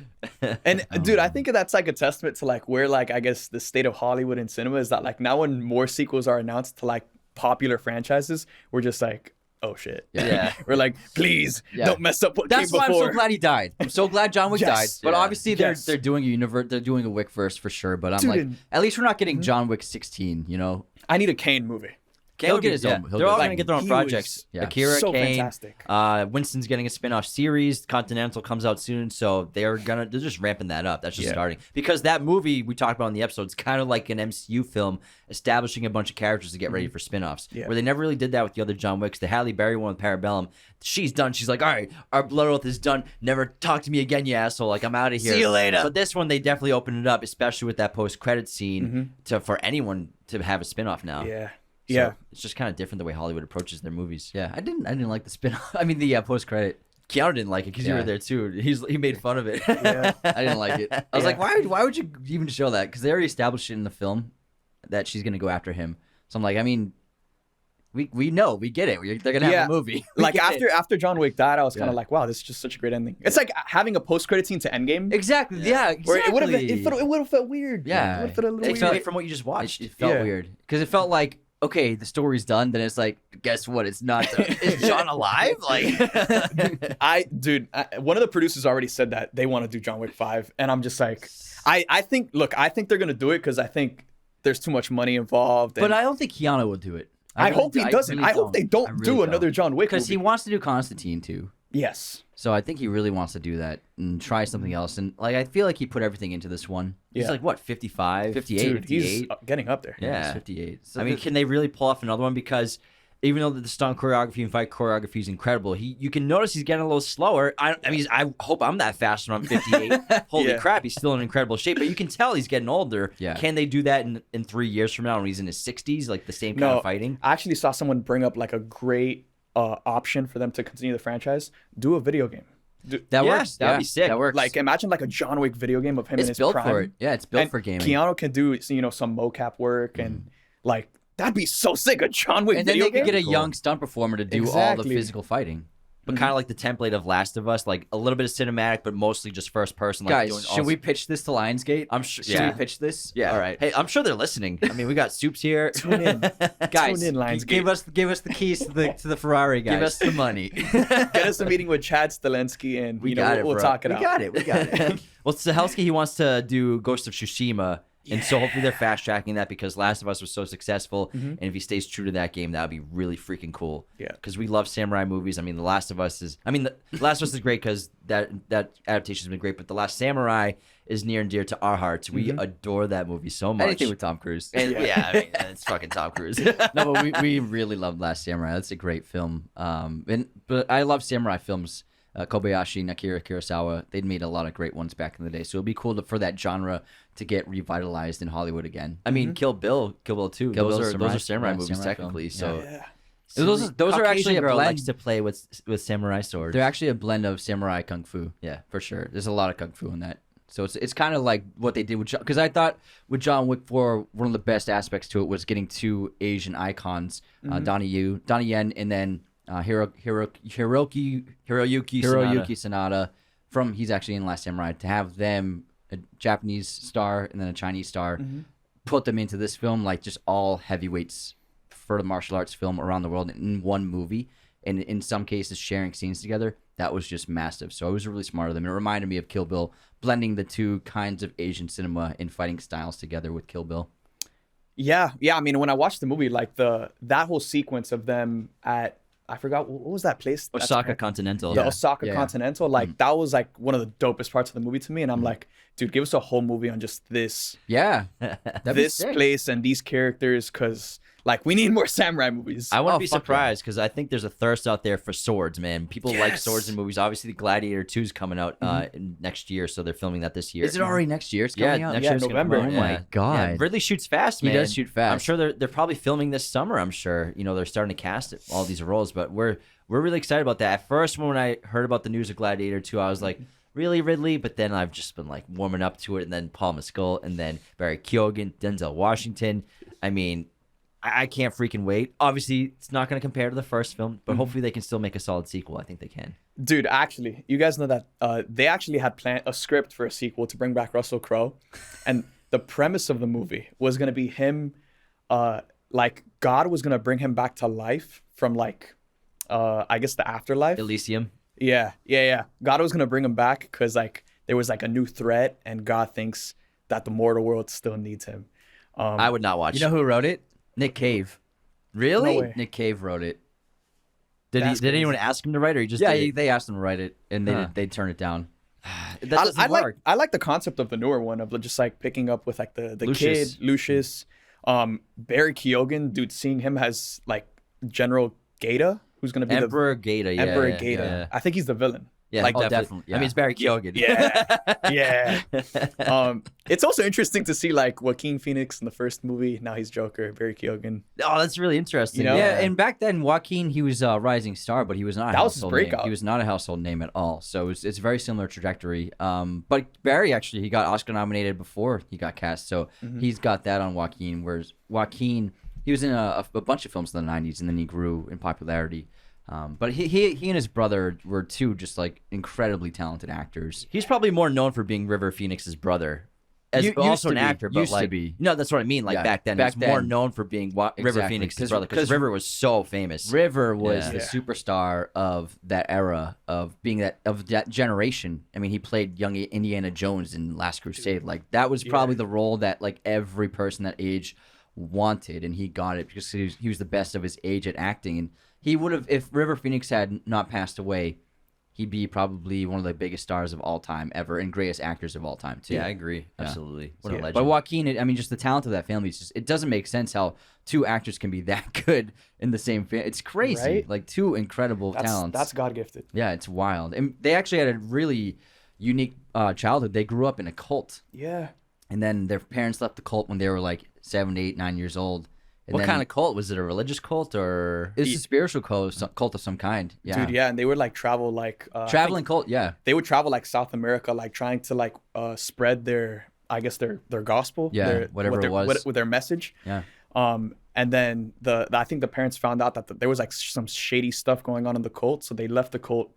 They like hit on like a cruise, not like a cruise ship, on just like a ship in general. They hit on a ship and then found their way over to America, and they were just like super dirt poor, but like the kids worked their way up. Yeah, like, because they were working actors by like teens. yeah, they were and very then they young. took them out of it, right? I think so. Not River, maybe, because River from Stand By Me, he just kept working. Yeah. But Joaquin was a few years younger, and I think he was like in and out of roles. And He then quit. He quit acting, but River convinced him to keep going and do it again. Okay. Wow. Okay. Yeah. Interesting. So I remember watching an interview where he's like, my brother like pulled me, and he's like, you're gonna go back into it. You're gonna be an actor, and this is what you're gonna do. And then he's like, all right, fine. But man, maybe all those life experiences is what attributed to them being so creative and such great like to pull from. performers. Yeah. And just like kind of maybe if they were acting in real life to survive in situations to kind of like now you do it for a living at such a young age. That's probably where they're both so good. I saw this great interview with Joaquin the other day where the journalist or interviewer was asking him what his process is with acting, and Joaquin says he learned that it's best for him to not even have a plan when he walks into a scene. But obviously he has the mannerisms, the voice, and the physicality down, but he doesn't like to block scenes out, and because he likes it to feel fresh every time and every take to feel like a new thing and never repeat himself. And he said that whenever he plans something, he'll be like, okay, in this next take, I'm going to go over there. I'm going to say the line there in this way. He says that whenever he does that and plans ahead, it always looks terrible and sounds terrible and seems forced. And so he just memorizes the lines, has his physicality done and the voice done, and then he just doesn't want to block a scene out. The director will tell him what's going on, and then he'll just like basically make something happen on the spot. And that's like how he likes to work. Dude. Yeah, no, it was so crazy. Like when after Jared Leto had played Joker and then Joaquin Phoenix was cast, and I was like, yo, is he going to go crazy? Like, what is he going to do? And then like the movie came out and Todd Phillips was just like, yeah, he would just like stop acting when we yelled cut. And everyone was like, what? Yeah, but the Heath Ledger going crazy, it's just, that's also a misconception. He didn't go crazy. He didn't like medicate himself from like a deep depression from playing the Joker. He was done with the Joker for months. He was working on another movie. He's almost done with that movie, but obviously it was filled in for him by Colin Farrell, Jude Law, and who else did it? Johnny Depp. The three of them finished that role for him for the Imaginarium of Dr. Parnassus. But he'd finished the Joker. He didn't go crazy from the Joker, but the media ran that because it was such a hot headline. Like Heath Ledger committed suicide because playing the Joker drove him crazy. It's such a horrible thing to say about his passing, because that's not the case. He was already on different kinds of medication before playing the Joker, so it was just like an accidental overdose of an accidental mixture of medications is what killed him. That probably, I'm assuming he had different doctors that weren't coordinating or checking what kind of medications he was on, and then that's what happened. But like he didn't go crazy. And a lot of these actors, they don't go crazy. They just they're acting. Daniel Day-Lewis isn't still thinking he's freaking Abraham Lincoln. Probably took him a year to get out of it. Yeah, he got out of it. There was a point when he was. But I saw a great Christian Bale interview where he said Heath Ledger had a absolute blast, and he had nothing but the time of his life performing the role. And Aaron Eckhart told a really great story of working with him, and they finished their scene. It was the hospital scene, and then they finished, and then they were just, the two of them were just chatting afterward, and it was just like Heath Ledger, he's not crazy. He's just, when the scene's being performed, he's in it. But then they said he had so much fun, and he even said in an interview that it was the most fun he ever had doing a role, and he was so happy with it. So it's not like he got crazy playing the Joker to get in the Joker's mindset. Yeah. That's not all. Like, they're actors, they're performers. Like, they're not like becoming insane to play an insane person. You obviously have to think like that person to a certain extent and put yourself in their shoes and try to behave like them, but you're not like losing your mind really. So the media likes to run headlines that clickbait, shit like that. It just kind of creates like this fake urban legend for something like that, and kind of disrespects the art form, especially for someone like Heath Ledger, who was one of the greatest actors to ever live, to kind of just like say like he just went crazy. No, it was all intentional. It was all performance, and it was just a genius of his artistic and of what he was as a performer that made the role look like that. He's only 28 years old when he passed away. It's crazy. So young. It's crazy. That's nuts. I just watched Brokeback last week, and I was weeping. So good in that movie. Oh my God. Ennis, man. Ennis Del Mar. It's one of the best performances I've ever seen, man. I love the Joker, but like, people don't talk about his role in Brokeback enough. Yeah, he got nominated, but he didn't win. I think he should have won for that. He should have had 2 Oscars, for sure. What are like performances that come to your mind when you think of like snubbed actors? Oh, snubbed actors. I mean, I would say Daniel Day-Lewis in Gangs of New York is definitely one of the best of the century. Leo in The Aviator. He's amazing in the. Have you ever seen The Aviator? Yeah. He's fucking awesome in that movie, and no one cared. But also about Leo in Django Unchained. Yeah. And then Samuel L. Jackson in Django Unchained, but also Samuel L. Jackson in The Hateful Eight. I think he should have won Best Lead Actor that year. He didn't even get nominated. He's amazing in that movie. Yeah. There's so many. I mean, but those are like top of my head. Yeah. Leo not having an Oscar until The Revenant is just crazy. That's insane. That's crazy to me. You could have given him to him for so many movies, but I think The Aviator is a really special performance. Him as Howard Hughes, it's awesome. It's such a complex character, and he nailed it. But even Titanic, he's incredible. But also Catch Me If You Can, he's awesome in. He could have got nominated for Catch Me If You Can. Yeah, he's great. I mean, that was such a great movie. That's such an underrated Spielberg movie too. Even though it got awards and made money, but like no one talks about it that much anymore. It's a great pick. Yeah, I love that movie. It's so good. That's just a snubbed movie. Arnold Schwarzenegger in T2 snubbed. Hey, he's like a robot. He looks like a robot, man. Perfectly cast. Transformed. Arnold, man. Gary Oldman was snubbed a few times. In Ooh, True yeah. Romance, he's amazing in True Romance. Yeah, he is. I think it's whiteboard day. Think it's whiteboard day? It's whiteboard day. He plays quite the character. It's out of his mind. It's great. He's a legend, man. He's still the best Gordon to me. He's my he's my like- favorite Gordon. Jeffrey Wright's great, but like Jim Gordon is Gary Oldman Yeah. forever. Yeah. Same thing with Michael Caine's Alfred. Oh yeah. Like Oh, yeah. his Alfred was just like he played it with so much heart, and like obviously we'll see more of Andy Serkis and I hope their so. relationship, more of Jeffrey Wright as like the trilogy continues to happen. But for me, like right now, I remember the Batman came out and everyone was just like, all right, everyone's the best. Robert Pattinson, best Batman. Andy Serkis, best or Bat- bust, bro. That's what Recency it is. bias. Best or bro.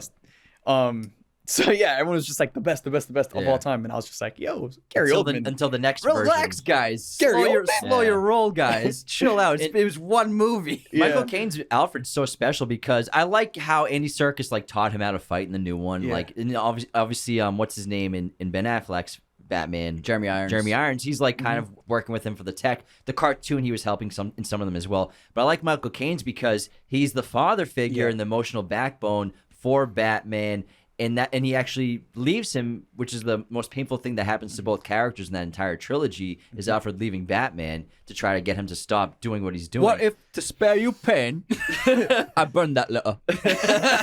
But I love that interpretation where he doesn't have to be a badass. He doesn't have to be Yeah. part of fighting crime. Yeah, he's his butler, but he's really the father figure, which they've started to do with Andy Serkis's Batman and in the Andy Serkis's Alfred in the Batman. Yeah. But I think you can't ever top the emotional connection that Alfred has in that one Yeah, no, with like Bruce. yeah, great. it like because you truly felt the love that Alfred had for his Bruce, and like that scene where he leaves him was just heartbreaking. The scene of Alfred burying Bruce, Oh my God. Heartbreaking. I failed you. I failed you. failed you, Master Wayne. And then the ending, the Dark Knight Rises does not get enough love. it's so good. So underrated. It's so underrated. I still have the Batman is under all of Nolan's Batmans for me. Really? Yeah, I Over have all it of as them? number 4. I love them all. See, yeah, I got a special place. They got a special place in my heart. Also. Batman good. Begins is so freaking underrated too, Yeah. man. Batman That Begins movie's too. awesome. The Dark Knight was just. It was too good for the trilogy that now as Batman Begins and The Dark Knight Rises. It was hard to He's follow it up. untouchable. It was hard to Yeah, follow that up. impossible. Yeah, so I think that Dark Knight Rises actually has a great rating on IMDb. It's an 8.4. It's up there in the top 100. I don't think it deserves to be in the top 100 of movies. I think The Dark Knight does deserve that. Not Dark Knight Rises, but I still, in the comic book genre, it's one of my favorites to this day, Yeah. and I really love it. I love the score. I love Tom Hardy. I love the epic filmmaking of it. I love the stakes of holding Gotham hostage, the crisis of it. It's just, I love the change of seasons. We go from Yeah. summer to winter. Bruce getting his back broken in half. Like, I think that Batman losing so badly to Bane and just getting his ass beat, that's one of the most like powerful scenes I've ever seen in a comic book movie before. Yeah. To just get his ass beat down, insane. Peace has cost you your strength. Victory has defeated you. Dude, genuinely, I think Tom Hardy's Bane is the most quotable villain. Over Oh yeah, Thanos. we quote him all the time. Absolutely. Like Thanos. this gives you power over me. We quote him every day. I'll say we will need it. When James got toilet paper, does say it. and I was like, Today. we're need it. It's the scene where he says, "Your precious armory, righteously taken. We will need it." He did quote Dude. it today. Yeah, like whoever wrote the dialogue for Bane was just writing straight fire. Nolan, bro. Oh yeah, Nolan. He writes a lot of his movies. He also co-writes with his brother often. They co-wrote Interstellar together, and then David S. Goyer helped him write Batman Begins. And the story for Dark Knight. Goyer got a story credit. But Nolan's just one of those great directors where he has a hand in the scripts and everything he's done except for Insomnia. That's the one movie he hasn't written. But he's still, he's in charge. He was the one who wanted to adapt The Prestige to make into a movie and then working on the story. Goyer for the Batman going forward.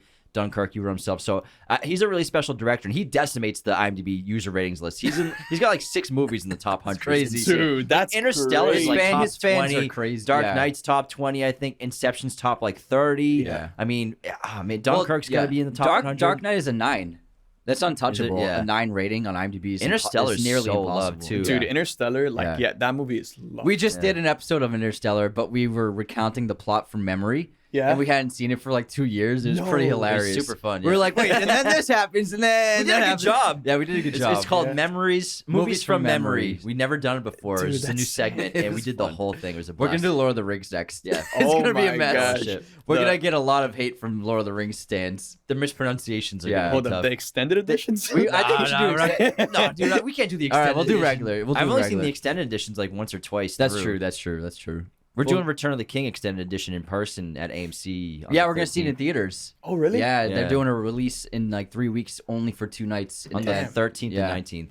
It's gonna be epic. 4 hours and 13 minutes. Damn, that's a lot. I'm bringing a diaper. Yeah. Diaper? I'm not getting up. Bro.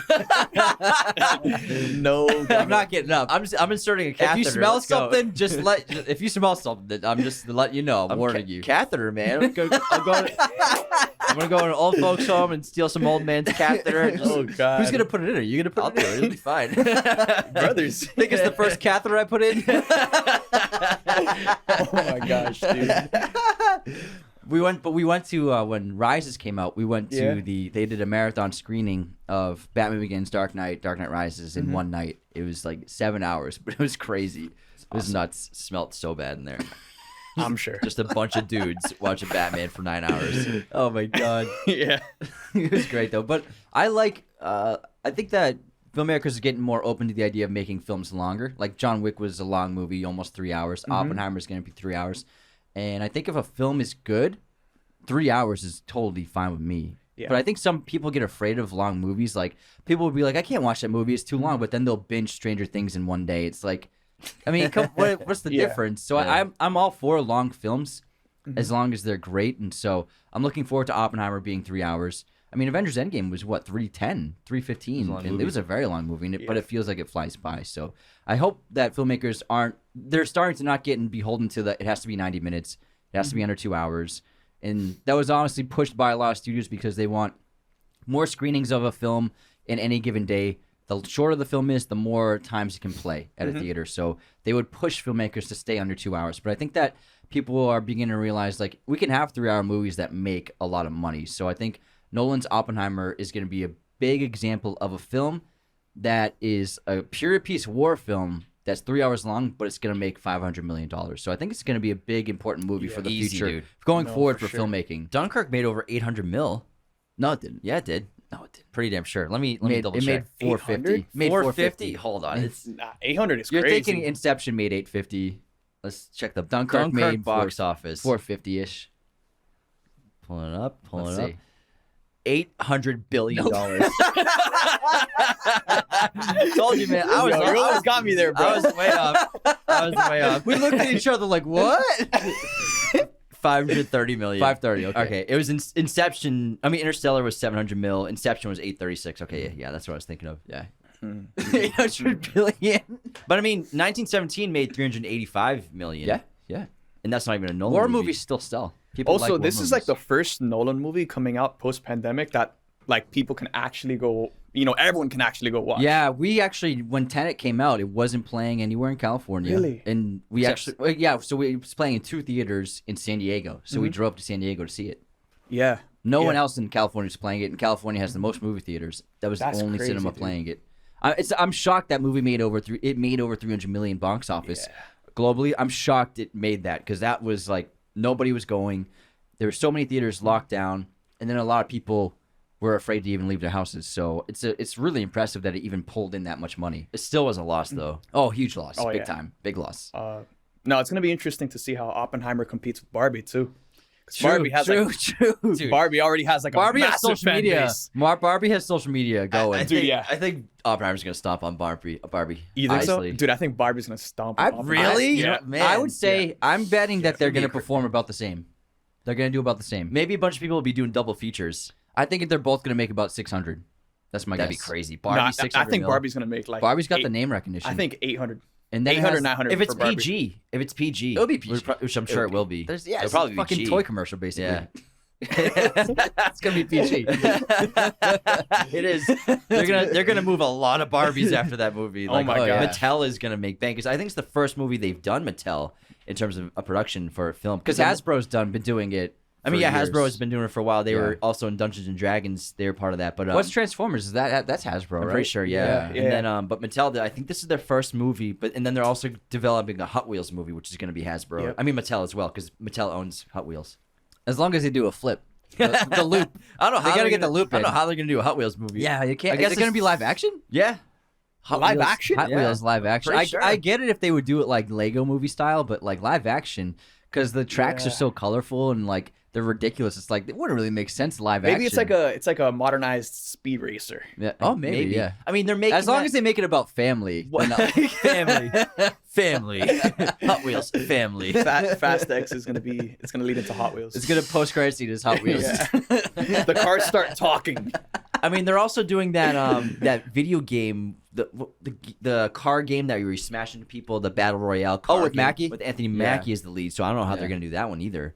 The Demolition Derby kind of game. Heck What was yeah, it I can't remember called? what it's called. I can't Yeah, remember what it's called. it was Cruise. You're probably. I don't know if you had it when you were a kid. We had it for PlayStation 1 because you're a youngin still. Was it like with monster trucks? my It wasn't monster trucks. It was like you have Oh, Dude, like that name crazy, sounds so familiar. You have like crazy cars and like there's like an ice cream truck. There's a clown car, clown like a car, and like it's a battle royale. What console? I think it was PlayStation 1. I think we had it for. And I had a GameCube. with Twisted Metal. Twisted Metal. That's what it's called. Yeah, I definitely heard of it. I Yeah. don't remember playing it. Because though. what are you 21 now? Yeah, 21. Wow, this kid's still got. I mean, it's crazy to see what you've done at such a young age of creating a career out of this. So it's super impressive, man. I was It's not awesome. doing that at 21. I was still in college. Hey, As a look, senior. life let us hear. Yeah, that's true. And this one, it's meant to be. Yeah. You know? That's a good point. That's Yeah. a good point. Yeah, man. But still, there's so many good movies coming out this year. I mean, get back to Tom Cruise, Mission Impossible 7. Cannot wait for Ghost Protocol. That Did you like poster's Fallout? awesome. I really loved Fallout. Yeah, Fallout's I the really best love one. Fallout. I love Fallout. Yeah. I just watched Mission Impossible 1 the other day. It still holds up. I love that movie. But Fallout, I think Fallout's one of the best action movies ever made, and it's probably my favorite action movie, I would say, because there's to make the sixth movie of a franchise the best movie like that. That's absurd. It's crazy, but Yeah. Tom Cruise just pulls out the stunts. Christopher McQuarrie, who he got on since the fifth one, is a great director. He made the Jack Reacher film, but he actually wrote The Usual Suspects, and he's written a bunch of great screenplays before he was a director. But they have a great collaborative process, and being able to expand the scope, the team element, having Rebecca Ferguson, Simon Pegg is now so instrumental. Obviously, Ving Rhames coming back, but then getting Henry Cavill as a great villain. Like, I did not see that coming. I thought, like, Cavill was going to be one of the team, good guy. And then when he turns full baddie mode, I was like, yes, I'm so awesome. This is so awesome. It's amazing. And then I'm just so excited to see what they pull out next. The trailer looks great. We love practical filmmaking. We don't like too much CGI. And they just do everything they can to keep it in the camera, no matter how crazy the practical stunt is or the huge effect is. So I have a lot of respect for them, and I can't wait. It's like old school filmmaking on the biggest scale possible. I think it's going to be the biggest box office of the year. I don't know what's going to beat it. Flash. You think? I mean, we'll see. I think Flash will destroy Top Gun MI7. just made 1.6, Dude. and I think people have a fever for Tom Cruise again. Yeah, I think Maverick like rejuvenated like people, like the general audience's love for Tom Cruise. Oh yeah. And he's just like he's a must-see actor, and I think the success of Top Gun Maverick definitely affected the hype and the box office for Mission Impossible. That's a great point, because MI6 Fallout only made $700 million. The Yeah. Mission Impossible movies have never been gigantic hits, and actually Top Gun Maverick was the first Tom Cruise movie to make $1 billion. Yeah. For being the biggest star alive for now 30 years, it's ironic that he's never had a hit that big, because now in the Marvel DC era, in Star Wars, modern Star Wars, we're so used to movies making $1 billion. And so Top Gun was a big deal for him. And it's just so impressive to see that he still, to this day, at almost 60 years old, is still the biggest star alive. You know what's cool about him? He's never had to become a superhero because he's fucking Tom Cruise. He is a superhero.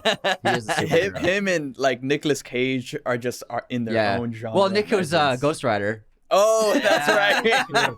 He was. He did two Ghost Riders. Ava Mendes is in that. Damn.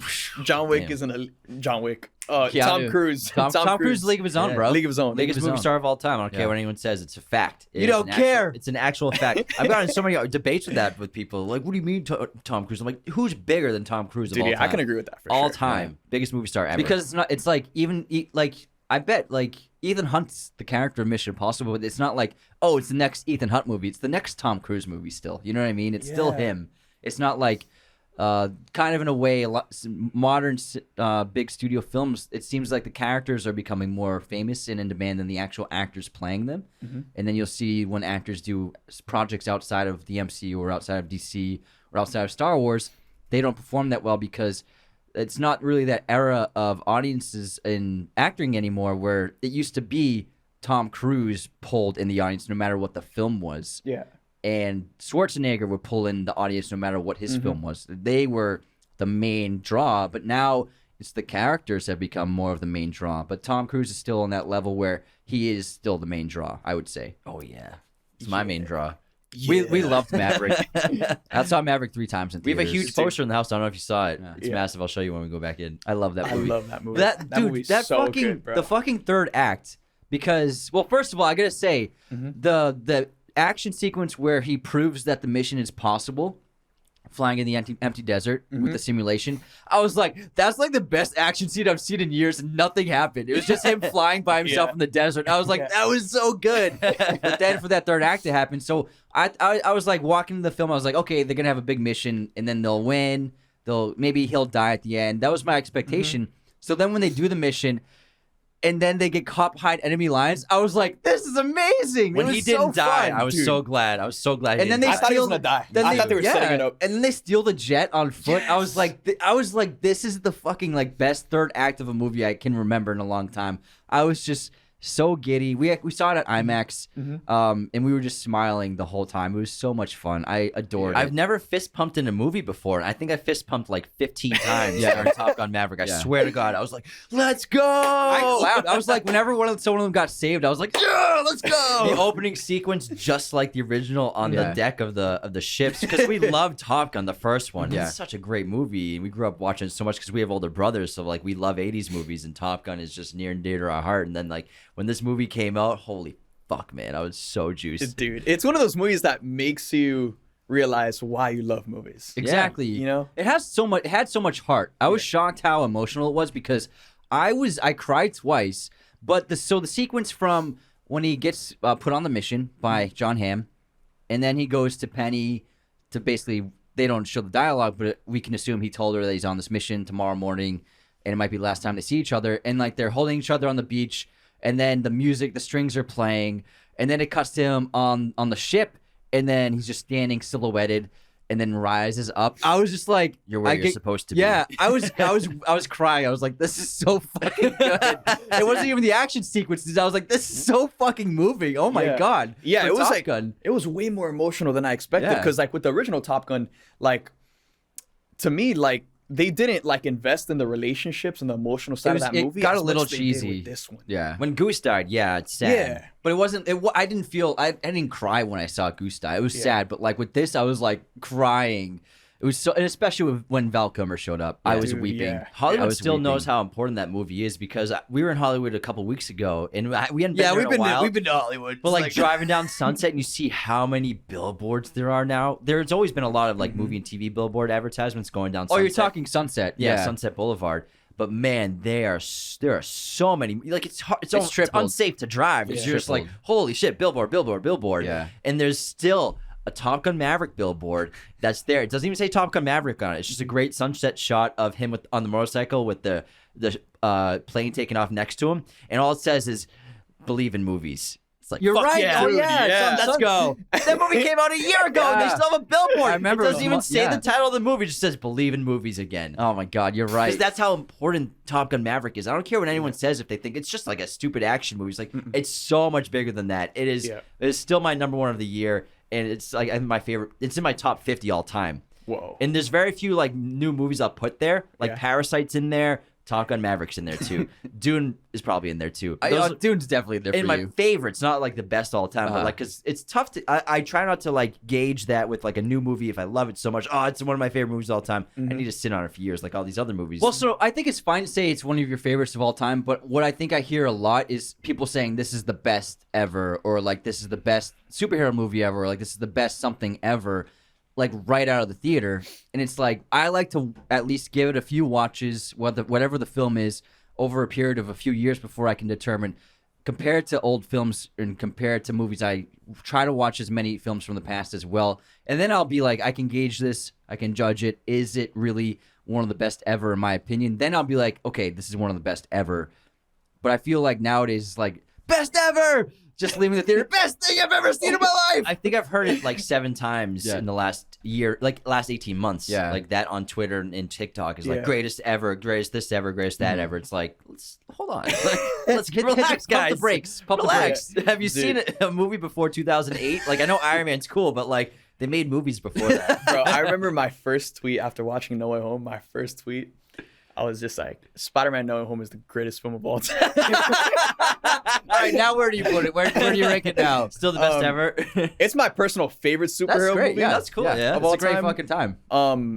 But I would say Into the Spider-Verse is the best Spider-Man. I would say Into the Spider-Verse is the best like comic book film of all time. That's a good pick. That's a yeah. really creative film, and it hit all the right beats. I walked in that movie not knowing what to expect, and it blew me away. It's a fantastic. I love film. No Way Home. I saw it 3 times. I saw it in an outdoor movie too, as well. And I lost the costume contest to a dog.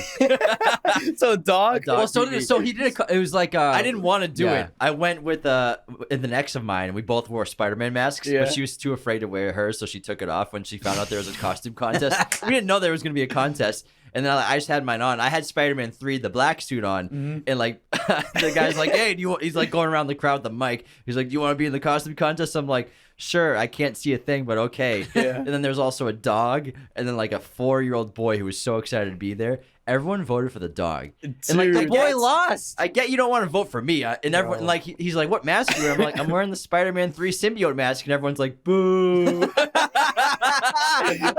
That's your Bully Maguire moment. I'm like, God, this mask is sick. Fuck off. They booed you. Wow. Yeah, not like some people booed me. Then the kid lost. It was really the kid lost to the dog. That's and so I'm like, sad. I'm like, that's fucked up. I want to take the That's so mic and be like, sad. you gave the gift card to the dog. Really? Because it was a reward, right? Yeah, it was a free prize. movies for like a year. Oh my god. Free outdoor movies for that a year. kid's still Damn. he's still getting over the trauma. I feel of bad. losing to I mean, a dogs dog. are really cute, and the dog did look But the cute. dog can't use a gift card. And the dog's a dog. Yeah. Do we want dogs in movie theaters? So Don't they you- gave the owner money. Don't you want the kid to get all excited and win and like I thought the kid make was it the gonna best win. day ever for that kid? I thought This it was is a like- sure win. For a dog, every day is the best day ever. So it doesn't really matter. He didn't even know he was dressed up as Spider-Man. He did not consent to the Spider-Man costume. He did not consent. Do you have any pets? I do. I have 2 dogs. Retrievers, yeah. You have retrievers? 2 golden retrievers, Oh, man. they're so cute. They're the Dude. best. The best. They're like 2 sweetest big dog. babies. Yeah. So they, nice. they can't hurt a What are their soul. names? Coda and Thor. Oh, nice. Great names. Yeah. Great names. Thor. Thor's Anthony's favorite. Yeah, I always liked Thor the best. You guys. Really? Yeah, I always did. In the MCU? Yeah, in the MCU, yeah. What'd you think of Love and Thunder? He's not the best anymore. Right now, if I was going to pick my favorite MCU character currently, Yeah. I would go Gamora. She's pretty fucking Really? sick. She's great. She's great. I'd go Okay. Spider-Man. Probably Spidey. If he's back, you Yeah. know, we'll see. But also Peter Quill still is great. Yeah, Peter's I'd go Spider-Man or Matt Murdock. Yeah, great. he's Oh, cool. yeah. Yeah. He's a fan favorite. Big Charlie Cox fan. You guys, well, Marvel's kind of all over the place right now. There's lots of, you want to get into lots Marvel? of controversies. But I mean, we have Guardians of the Galaxy 3 coming out, which should be really good. Yeah. You know, I love the first 2. Yeah. I like the second one a lot. The first one's great as well. But I'm really excited about the third one. But I mean, everything happening with Jonathan Majors in the background of Oh, yeah. the controversies also shifted. Like we still don't really want to talk about it too much because I'm still waiting for all the information. Because at first we heard it was an assault, but then we heard that he's the one that called the police. So what's going on with Jonathan Majors in the MCU and what is going to happen going forward? Because even if it comes out that he was not at fault and he didn't do anything wrong, it's still going to follow his career. It's going to be It's still like a cloud. yeah, it's still yeah. there. Even though even if it comes out he didn't do anything, I'm not saying he didn't because Yeah. we don't know all the information yet. But it's crazy what's happening to the MCU right now. Yeah, it's a weird situation, and DC has just been dealing with it with Ezra Miller, obviously, and the way because people kept asking us, do you think they're just going to cut the Flash? We're like, no, they have too much money invested in this. It's $350 million production with all the reshoots and probably extra visual effects. Well, I think that's the main difference, though. Real quick, is they already shot most of the Flash. That's what I'm saying. They Like sunk $300 million in production to that. That's what I'm saying. They can't just not release the Flash. They have to release it, if they don't make money off of that, that's going to really affect the company going forward. So you're talking people could lose jobs. They might have to cut people like several thousand jobs if a movie like that just gets cut off the slate and they make no money off of it. So it has to come out. So the way they're working around that is just not to have Ezra Miller do any press whatsoever. No interviews, no red carpets, no articles, no photo shoots, nothing at all. I think that's the best direction to go forward with that. The thing with the MCU, they're in a very different situation where it's unfolding and we don't really know all of the information. I'm sure the higher ups at Disney and Marvel have more information than the public does, but I assume that Jonathan Majors and his team and the victim and their team are waiting to divulge more information. So we'll find out in the coming weeks, but I don't see anytime soon getting any information. But it's going to be a difficult thing to deal with regardless of if it turns out that he did nothing wrong or if he did do something wrong. It'll still be difficult going forward for them. Yeah. No, for sure. Yeah. There's just not enough information out there for any of us in the general public to come up with like a consensus on how we feel about it. But yeah, with that, I would say it's really different from the Ezra Miller situation because with that, the movie was already shot. It's already done. You have $350 million that you need to get out there somehow to just make some sort of profit or just make your money back. And the Flash is like a movie that ends everything. So they could just recast Barry Allen moving forward for the new DCU, which is they'll probably do that because if they're recasting Cavill, in my opinion, clean house. Recast Affleck. Agreed. Godot. Yeah, it's the best way to go. Once you recast Henry Cavill as Superman, which everyone loves, regardless of how you feel about Batman versus Superman, Man of Steel, regardless about how you feel about those movies, everyone loves Henry Cavill as Superman. So if you're gonna recast him, just start completely fresh without any of the drama from the old regime, from the old universe, and then boom, clean slate.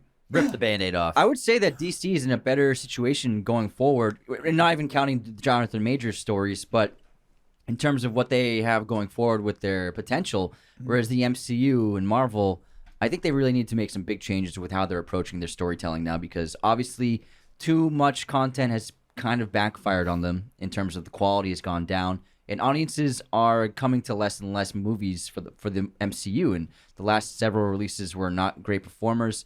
Ant-Man 3 is a huge, I think 450 million and it's topped out. So it's a huge loss. Wakanda Forever was really the only big success. That made a couple $100 million in profit. Dude, for Ant-Man 3, which is they marketed it as the opening of Phase 5. You have Kang the Conqueror, who's the next face of the MCU. This is his movie.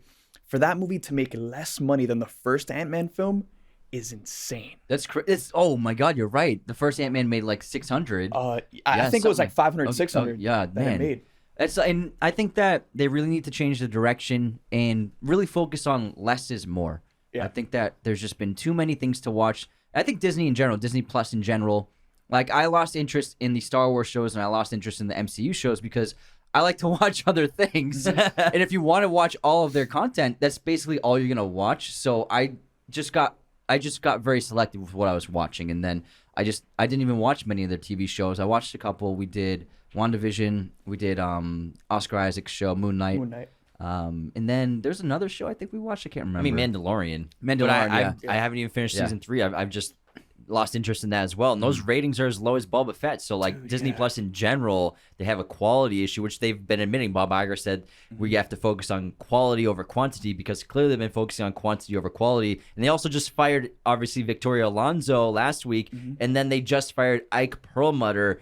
I think that was today. Yeah. He was the Marvel Entertainment chairman, and he's the guy who sold Marvel to Disney in 2009. And he got fired? He got fired today. Yeah. Oh, my God. So they're cleaning up house because they still haven't fired the 7,000 total employees that they said they're going to do when Iger came back. Because he's cutting 7,000 jobs, $3.5 billion out of the movie and TV budget. So that's why Disney. For Disney Plus, or Disney in general. So it's just a Disney problem in general. Same thing with Star Wars, where Mandalorian was the flagship show or property for Star Wars, but now that show is doing worse than Boba Fett, barely Boba Fett numbers. Dude, and that was the big attraction. That was the big attraction to Disney Plus. Yeah. Disney Plus hasn't really gotten their footing when it comes to original content for the platform. That's why they've kind of just been relying on Marvel and Star Wars to keep it up. I'm hoping they really knock it out of the park with the Percy Jackson show. Really, right, yeah. I have really high hopes for that. But yeah, for the Mandalorian season 3, for the ratings to be that low, it just shows that.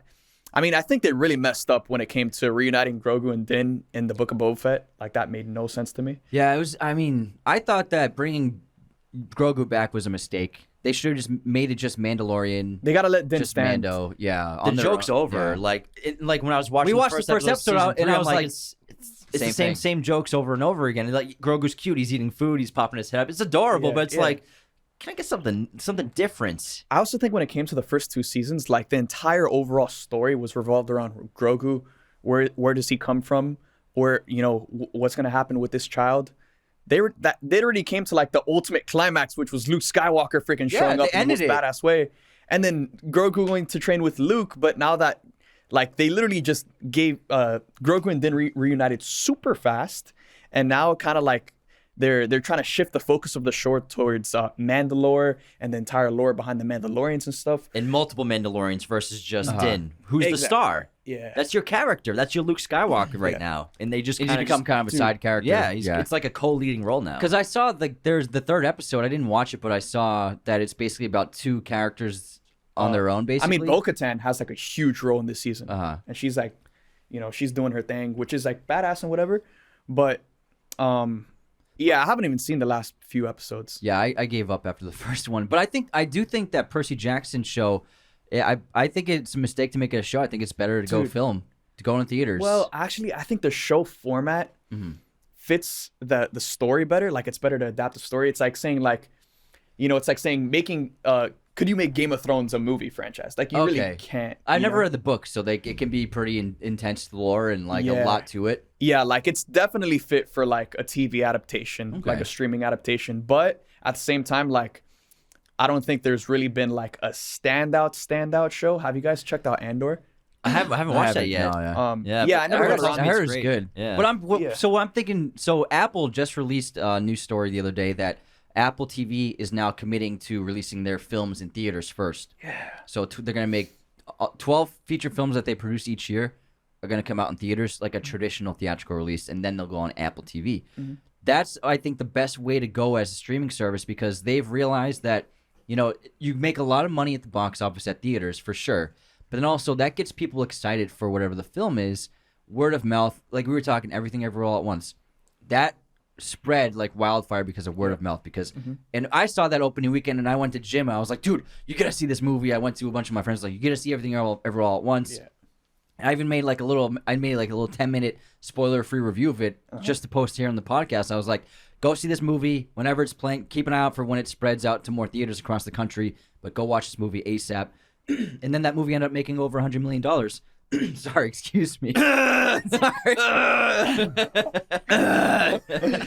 So I think that Apple TV, that's a great direction for them to approach their theatrical releases, because they haven't really had much motivation for even me to even get their app. Yeah. I'm like, I don't want Apple TV. Like, why? So even though they have cool shows, I mean, Severance is awesome, but like, Severance, I'm not gonna subscribe just for one show. So they've realized that the theaters, and having a successful release and popular release in a theater, that gets people really excited, and then you can still have the movie on your streaming app for the rest of time, like forever. Yeah. It'll be on Apple TV, but let's just wait like 3 months, get it in theaters for a little bit, get people to see it. Make an extra 500 million, even $1 billion, depending on what the film is, and then you can get them to subscribe to your film if they really enjoy it. And also, like, I like to watch movies again. I get more interested in a film if I see it in the theater, and it's like an event thing. You remember it better rather than like it's like 10 p.m. in bed and you put something on Netflix. I'm more likely to remember it if I see it in theaters or in like IMAX. Like, that's a really important memory as a movie-going experience. And then I'm more likely to rent it on Amazon or watch it on HBO Max, because I remember I fucking loved that movie because I saw it in theaters and it was so cool. Rather than, I think that the rewatch value of films that come out only on streaming, not as high as theatrical releases. Apple's doing Killers of the Flower Moon, right? Yeah, they're producing it, yeah. But Marty's making sure it's theatrical. You can't put that shit on streaming. No way, man. No way. Especially Marty. Yeah, it's supposed to be incredible too. Obviously, it's Marty, but Leo is the first movie by Scorsese. He said it was a masterpiece, I believe. Yeah, DiCaprio called it a masterpiece to his hair and makeup person, and she said in an interview she's never heard him say that before. And he's made some great movies. Dude, that's insane. That one story right there is getting people in seats. Yeah. It's a crazy story. If anyone's ever read the book, have you read the book? I haven't, but I Oh know my like God. the premise of it. It's pretty wild. I don't insane. want to spoil it for anybody, but I recommend if you don't read often, at least check out the audiobook, or maybe you can find like a quick documentary on YouTube or actually maybe you don't want to spoil it then, but if you read the book or audiobook, that'll prepare you for the movie because it's a wild story and I think it's a really important story to tell. I'm really excited to see what they do for the big 3 screen. hours. Yeah. It's gonna be 3 hours. I hope maybe that guy will ask him about 17 3 hours? So no intermission. Do I need an intermission? I'm gonna go home and watch 17 hours of TV anyways. But I have a problem with this being 3 hours. You got so mad you made a tweet of that guy. I did make a tweet. I said, imagine interviewing Matt Damon and you ask him about the runtime of Oppenheimer for 3 times. It's like, who the fuck are you, Dude, What are you doing? this is why they need people like you guys. Yeah, interviewing them. Exactly, bro. Let the fans over there. Exactly. We asked good questions. Well, we got Sholo and Angel last week, so maybe we can get some more. Oh, yeah. yeah. Keep it rolling. We don't get that many red carpet invites though. We haven't gotten like. I'm just happy to see early Yeah, screenings. the early screenings are great. Yeah. Yeah. And We still- saw the Blue Beetle suit in person too. Dude. It looks legit. pretty awesome. Bro, I It's saw really a picture of someone who went to that event. Uh-huh. That suit looks amazing. I'll show it to you. Oh, someone posted Hold it. on. No, like it was just a friend of mine Okay, that gotcha. went, and then he showed me a Gotcha. picture. Because That suit looks so good. Dude. yeah, And we can't put it on screen. Sorry, everybody. Yeah. bro, in a day and age where like everything's so CGI'd in superhero movies, It's all practical. all practical. Yeah. All practical. They built the That whole is thing. beautiful. Yeah, man. they even said they did a Q&A after they showed the trailer before we talked to them individually, but they did a 20-minute Q&A and they said he was like, I didn't wear a leotard with dots on it. I really wore this suit the whole time. It's Dude. great. They're so nice too. Oh my Yeah. God, they're so sweet. Sholo is like one of the nicest people ever. He seemed so grateful to be there and was so nice with everybody because there was like a swarm of people. We all got like 2 to 5 minutes with them to chat after the Q&A, and him and Angel, they were just really nice guys to talk to. Yeah, it was great. It was good. Yeah, I think that's gonna be a huge hit for DC. I think really so do. too. Yeah, I'm guessing it's not going to be $1 billion. Obviously, it's the first film of that franchise. Most people don't know the character, but I think that it can make a healthy $500 million, and then it'll set it up to make $1 billion for its sequel. Yeah, like The Flash is the movie that kind of has that weight on it, where that movie needs to make money. It needs at least $1 billion. I think that once people see more footage of Michael Keaton, because they're going to release, I'm sure, a new trailer soon with more Michael Keaton, For sure. because they just showed the tease of him saying I'm Batman. Yeah. That got people's heads were exploding during the Super Bowl from that. But I think that Batman. I think when people see more Keaton in the next trailer they release, it's gonna get people very excited, especially people like us. When we were kids, we would watch the original, Batman Returns all the time on VHS. So when we were kids, Michael Keaton was our Batman. We watched the Val Kilmer one, we watched the Clooney one, but I always thought of Michael Keaton as Batman until Christian Bale's Batman. So for a lot of people, Michael Keaton is still their guy. And so I think that a lot of people who might not have turned out to The Flash, now that they know that Keaton's in it and has a lot of screen time, they'll be there. I also think word of mouth is going to do wonders for that movie. The fact that they're debuting it at CinemaCon, that right there, people are going to be talking about this movie, all through May, through like the first couple of weeks of June. When's it come out? June 16th. June 16th. Okay. So it's got competition, man. June is such a stacked month. Yeah, June's gonna be awesome. But I mean, for other movies that have to make a lot of money, like obviously we don't know what the budget of The Flash is, but we can assume it's probably $500 million with all the reshoots and all the new things they've had to do. It's probably up there. Plus with the getting up there. marketing, Yeah, it's getting that's up probably total a $500 million movie, maybe the most expensive movie ever. But Indy 5, That's another Disney one. needs that movie to make $1 billion too because they've put a ton of extra money into that film as well. That's super over budget, super over time. It's at 380 right now. That's on what we know on of. paper. That's what we know That's of. reported 380, so that's a lot. And then when they ramp up the marketing yeah. campaign, because that's coming out in June, right? June 30th. Yeah, so end of it's- the month. oh wow. So they Holy need shit. that movie to make a bill because they've sunk so much money into it. But it's so interesting that they Disney Plus canceled the indie show that they were going to put on Disney Plus. So clearly they're probably changing some things in the edit. Probably, I'm assuming, because that's probably why they canceled the show. I'm assuming the show is going to follow Phoebe Waller-Bridge's character, Helena. That's as what the I'm lead. guessing. It has to have been. So it. maybe they changed the ending of the movie where maybe she was going to be the hero at the end. Maybe Indy dies and she's like replaced him or something like that. And that's why they canned the show. Now they're changing the ending. I don't know, just speculating. But there are so many rumors of a ton of reshoots for that movie. And the thing with Indy is they have never been like MCU DC level successes. Yeah. Like the last Indy made 700, so they're not $1 billion movies. Yeah. I don't see Indy 5 making $1 billion, even though I'm really looking forward to it. Trailer looks fantastic. James Mangold's an awesome director. I love Phoebe Waller-Bridge because I love her show Fleabag and Killing Eve.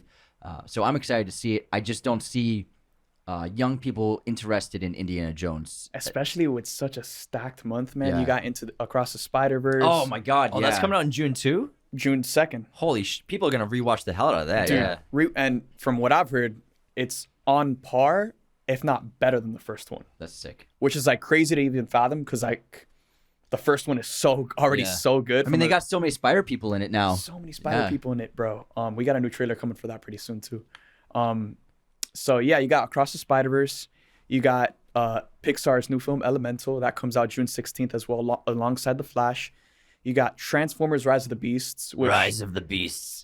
that comes out on June 9th. Oh my God, June's crazy. Insane. Dude, and the Transformers franchise, those films have always made a They shit always ton make a of money. billion. They make a Bank. billion. They make bank. Yeah. Like even the last one, which was like really just hated by everyone, it still made a lot of money. Yeah. It's kind of like The the Fast Fast movies, and the Furious. yeah. Yeah. It's kind of like the Fast Like and the who Furious sees movies. these things over and over again? The Fast 9 made $1 billion. What? Yeah, right. Yeah. So that's Hobbs and Shaw made a bunch of money. That's a lot of big hits, like big studio movies coming out pretty close to each other.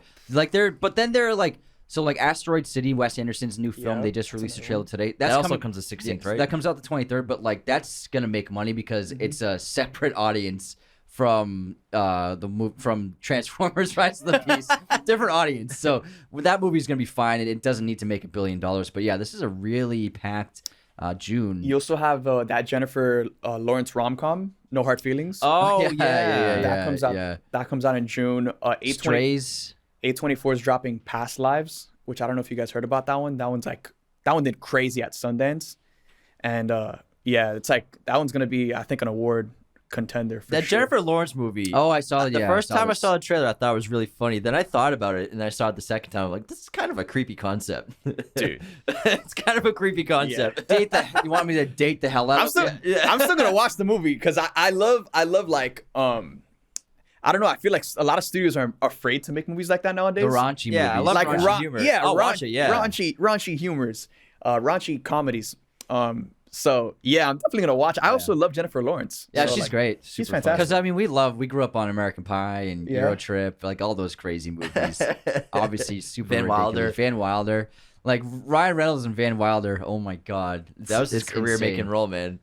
I think I've had these before. Have you ever seen Van Wilder? No. He plays a frat guy, or like a frat leader. He's like a guy who's been at college for like too long, but he's like the coolest guy on campus. And Tara Reid's like the love interest. She's a journalist, and it's like about him becoming like a man and growing up and like leaving college finally. But like he is so funny, but raunchy and disgusting at the same time. But it's like, I wish I was that guy in college. It catapulted his career. That was the big one for Yeah, him as a it was- lead. It was That like with Chris Evans in Not Another teen movie.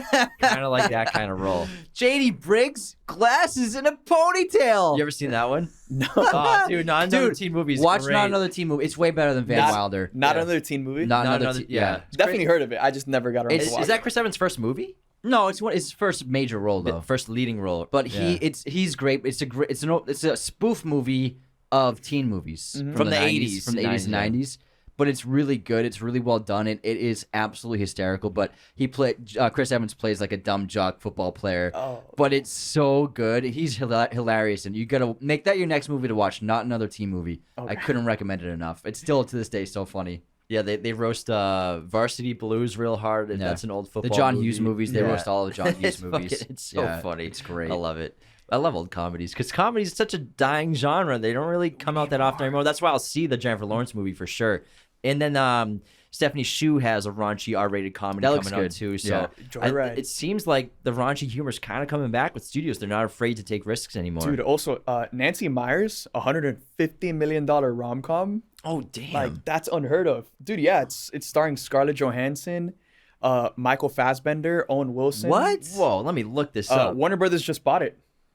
Oh my Nancy God. Meyers. Nancy Meyers, an $150 million rom-com. Is that Damn. based on a book or anything? No, I think it's just an original script from Nancy Meyers. Oh my God, that's so much. I mean, Oh, so she made the movie. Yeah, and yeah. they bought it. It was gonna go on Netflix originally, but Netflix, it was just too expensive because. Yeah, that happens a lot. The Tomorrow War with Chris Pratt, that was actually supposed to be a Paramount theatrical release. Yeah. And then they were losing money and they were desperate to make some cheddar, so they sold it to Amazon. So Amazon bought the Tomorrow War, released it did really well on Amazon. So and then they greenlit a sequel. So Paramount made the movie, but now they don't even own it anymore. So now Amazon owns it. Wow, so it's untitled. Yeah. Netflix, $130 million for the rom-com A-list cast, including them two. So Scarlett Johansson, Owen Wilson, Michael Fassbender, Penelope Cruz. Holy crap. That's I'm already on board. insane. Already on board. $130 million to buy a movie? That's absurd. Netflix has the money. It's like Arby's. We got the meats. Yeah, bro. We got the money. They're dropping stacks. Oh, and no, I'm sorry. The movie cost, so they just funded it. They didn't buy it. Oh, okay. So it Gotcha. cost $130 million. I mean, still for a rom-com to be that expensive. That's insane. It That's must crazy. be really funny and really good, especially for that crazy. many A-listers in a movie or in a rom-com. That's absurd. comedy. That's how they got the greenlit for that much money, because of having the A-listers. I guarantee sure. they got the actors on board, and then the studio Netflix was like, okay, we'll give you $130 million to get these actors on a movie on our app. I love comedy, man. The genre is just dying. I love Game Night. That came out 2017. Game Night's the good, guy who yeah. made Dungeons and Dragons. Those guys wrote Game Night, and one of them directed Game Night. But besides that, it's just been a stretched thin genre. Yeah, I like miss them. having like just ensemble casts. With The thing just is, stacked yeah. actors. Like you have a great point where you basically said comedy has found its way into comic book movies, where they are the comedies now. Like an MCU movie is generally like the funniest movie of the year, where it used to be like it was just a comedy was the funniest movie of the year. You know, like the next Will Ferrell movie. You know what I mean? Will Ferrell's still making movies, but he lost his magic, I think, a little bit. Hit or miss these days. Yeah, very hit or miss. But like I do miss when it was like just like, you know, Ricky Bobby Talladega Nights, or like just Anchorman, like or Old School, Step Brothers, like just so many like great like Judd Apatow movies, all the movies they made. Like This Is the End is an amazing comedy. Like I miss those, but now the comedy genre has kind of morphed into the comic book genre to add. But like I mean, like the last few Spider-Man movies are like some of the funniest movies of like the last few years. Like they have such great comedy, and it kind of eliminated like the need for just comedy movies, I think. yeah, it's like kind of just or just blockbusters in general that are trying to like exactly, yeah. be like a subgenre. Yeah. in a way. Dungeons is like that. Yeah. It's very much like Uncharted was like that. Uncharted, if it didn't have so many great one-liner jokes, would have not been a great watch, because I think I was pretty disappointed by that movie. Because did you see it? Yeah, And they gotta stop doing these goddamn origin stories. Just give them the guns and get into the movie. Give them the guns. Make them. he got the holsters literally Yeah. like with 5 minutes left of the movie. The ships are crashing. It's like, finally. But still, Tom Holland looks weird with guns in his hand. I'm sorry. I love him as Spider-Man, but like Tom Holland and guns, not really working for well, me. because Nathan Drake, because I played some of one of the games, and I was like, and I played it for like a few hours, and I was like, they got Tom Holland to play this guy. He's like brawny, big, like Nathan classic Fillion hero. was Yeah. ready. He was Yeah. born for that role. Tom Holland's a super talented guy, but I just when I played the game, I was like, I don't understand why they cast him as this role. But that movie, it could have been like a great franchise builder, like a next kind of Indiana Jones kind of franchise adventure series.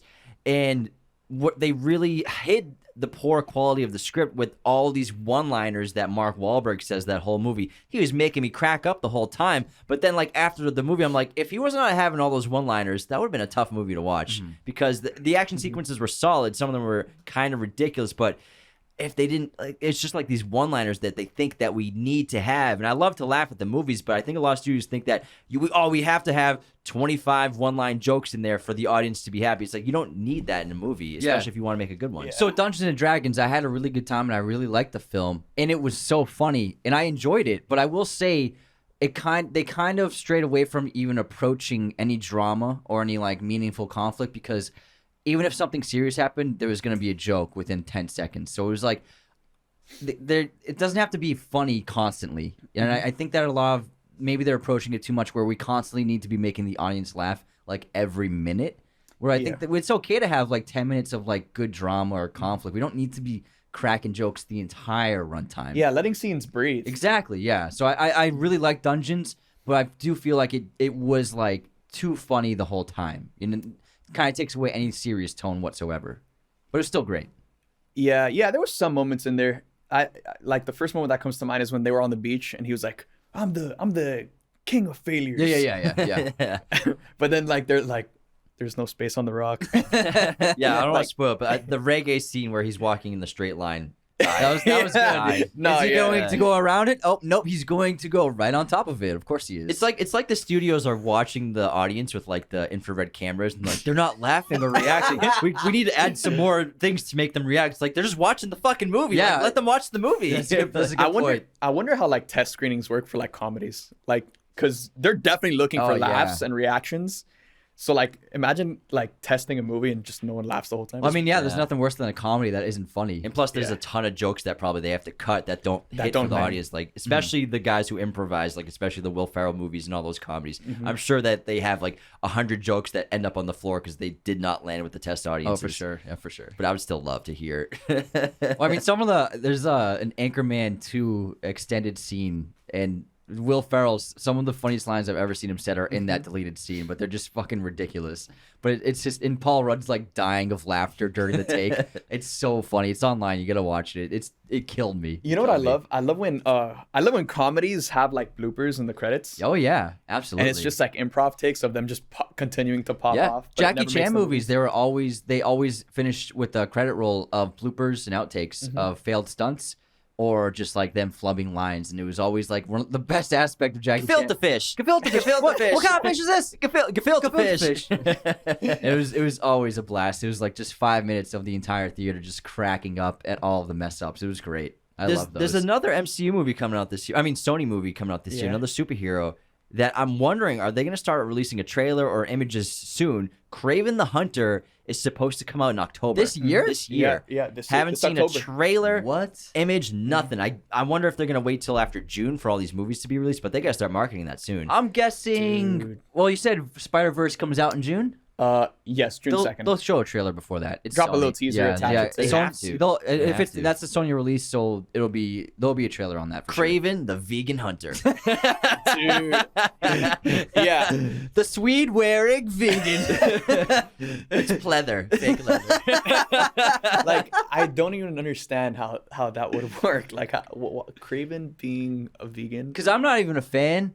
And I had a general awareness of the character, but then when I read their approach to this character, even I was like, "Come on, just make him a hunter of animals. Just go." It's just, Even the bad guys can't. It's not gonna make kids go like, "I want to kill a lion." I want to see his house and just heads of animals all over his house. Dealt that character, you know? man. Because I think Sony's gonna have a villain problem if they keep making the villains so empathized with the audience and like turning them into heroes. Yeah. Because it's a Kraven movie, but he's a villain to Spider-Man. How are you gonna get them all and convince the audience that they're all gonna get together to go after Spider-Man? But I mean, how can you top Morbius? It was just so Dude. perfect. Bro, what the? How did Tyrese get up all those stairs so fast? Morbius flew. He turns Bro. around. Tyrese is behind him. It's With like, a what gun. the fuck? You're under arrest. I still don't get it. I still don't get that scene. Dude, The no. fucking boat. The fucking boat scene. Like, who's driving this thing? Everybody's Bro. dead. What the fuck? I will never get over that post-credit scene of Michael Keaton just appearing in a different universe my God. and saying, "I think Spider-Man has something to do with this." Sounds interesting. I feel like Keaton doesn't even care. He's like, whatever. I'm getting. Give me the I'm money. getting- Dude, Keaton got done dirty, man. He was about to be the next Batman for the new DCEU. Oh yeah, with the Batgirl. Yeah, they cut Batgirl. They canceled Batgirl. They reshot the ending of The Flash, so like now he's not like the new Batman, and now he's stuck with Morbius. I want. He's stuck over there. I hope they make a Morbius too. I hope they do. I just want to see it. It's time. They Morbius gotta is call it. time. Morbid time. They have to call it. It's Morbid time. They have to call it that. See, Come on. What I love is the studio thought people enjoyed it so much with the memes. They're like, oh, let's do a re-release, and the re-release bombed. They're like, I thought people liked it. You know, people like making fun of it. They still don't get meme culture. They still don't get the Yeah. social media. It seems just like Congress. Does it have Wi-Fi? The camera reads your eyes. Isn't that weird? Well, I'm just so curious about Kraven the Hunter because Aaron Taylor Johnson's awesome, and if he's Bond, that'll be so cool. But I'm just really curious about this movie. Also, Honestly. Russell Crowe's in it. Is he really? Dude, he's in it. Russell Crowe's in it. Wow. He'll be the villain. I love guess. Russell Crowe. So the villain will have a villain. He'll also be the hero. Well, I mean, yeah, it's Morbius right there. Morbius. I hope he dances like Matt Smith danced in Morbius. That was the best part of the movie. Poor Matt Smith, man. Oh man, He held out on he Superman. got Targaryen though. Yeah. He got House of the Dragon. Yeah. He He's deserved better, He's though. crushing He House of the deserved Yo, Dragon. did you guys see the House of the Dragon news yesterday? No. What was it? Season 2 is gonna be 8 episodes, coming out summer 2024, and then they're planning on ending the show on a season 3 or season 4. Wow, I'm down with that. I'm cool with that. I don't want. Yeah, I think because we like the show called Succession. I don't know if you've seen it. Yeah. And they just started airing their final season, and it's only 4 seasons. So it'll end at the end of season 4, and I'm like, if the story needs to be 4 seasons or 3 seasons, just don't stretch it out. If that's what's best, stick with that. So I'm happy with 3 seasons for House of the Dragon. No, yeah, George R. R. Martin said that in order to do that story justice, they would need 4 full seasons of 10 episodes each, and that's the only way to really do the story. Yeah, I don't justice. think HBO can afford that. It's a very expensive show to make. Yeah, absolutely. Yeah. I mean, I'm cool with it. I wouldn't say I like it more than Game of Thrones yet, but I still think it's so well made because there's so many more characters in Game of Thrones versus House of the Dragon has really just a handful that you really get to see. But like, I think Game of Thrones having 20 characters that you really are into, but also the various locations. You're always at new areas and environments and completely different geographies. So I think the strength to Game of Thrones is how big in scope it is, and obviously you can't. It's hard to compare. Targaryen is so in its own bubble, but I do think that Game of Thrones. I don't think can be topped in terms of making a TV show about medieval fantasy. I don't think that anyone can ever top Game of Thrones. Yeah, even including season 8, I think it's the greatest show of all time. Oh yeah, it's same. up there. It's really good. I like season 8. I liked it. I didn't hate it at all, man. I thought the ending was great. No, actually, a lot of the people that start watching the show after it already aired, they just binge the show all the way through season 1 through 8. They actually love season 8. I So well honestly, made. I thought It really season 8 is. was fucking sick. Honestly. They were hinting at her burning the city down the whole show. They said it she said it 4 times out loud. Like, I'll burn the whole city. Like, I'll burn it all down. Yeah, I'll burn the kingdom down. She saw the city burnt in a vision in season 2. So in the temple, so They were teasing it. yeah. I think Dude, people. it was just way too rushed. So here's the thing. Here's the thing. I don't like how everybody blamed the showrunners, DB Wise and I can't remember their names. So the 2 guys, because first of all, what they did, they captured American culture and zeitgeist in a way that hadn't been done in a long time. And they had European, yeah. Jeez, man. They had tens of millions of people watching their show every Sunday. It was so great. So what they did was really special. But you got to factor in, it's not like they were twisting their mustaches on top of a tower, like, we're only gonna do 8 episodes, motherfuckers. One of the actors, the actress who played the Queen for a couple of seasons, she married Joffrey. What's her friggin' name? Whatever her name is. The Cersei? Tyrell. Elena? No, She's not in Hunger Games. Yeah, the Hunger Games girl. Natalie Dormer. Yeah, Dorman? Natalie Yeah. Dorman. Yeah. Natalie Dorman. So she actually came out and she did an interview a few months ago, and she was saying everybody blames the 2 showrunners, but nobody ever talks about behind the scenes. A studio is in charge, and the studio is telling them how much money they can work with and how much money they can spend on each episode, how long this can be. But also, these actors, the lead actors, they worked on the show for 10 years. They want to get out. It's a long time. It shoots for several months. They can't do much else during the year. These shoots last most of the year. A lot of them are living on location too. Yeah, living on location. They want to do other things. So all these actors, they couldn't keep signing them to long contracts for 10 episode years. They had to cut them off. They could barely get these actors to sign on for season 8. That was a struggle to do 8 more episodes. So they really had their hands tied with how many episodes they could make of the final season. And so I think people never really think about the other side of it. It's not like they're happy they did 8 episodes. It's not like they were laughing about doing 8 episodes and fast forwarding stuff. Kit Harington wanted to do other stuff. Emilia Clarke wanted to do other stuff. They didn't want to keep making just the same show over and over again for another 3 years. So, and also Peter Dinklage, he had an interview where he said that the last 2 seasons, he said he was happy to be done with Game of Thrones. Mm-hmm. He said it was like a burden off his shoulders, a weight off his shoulders. And he was free from it because it was just such a big part of their lives for so many years.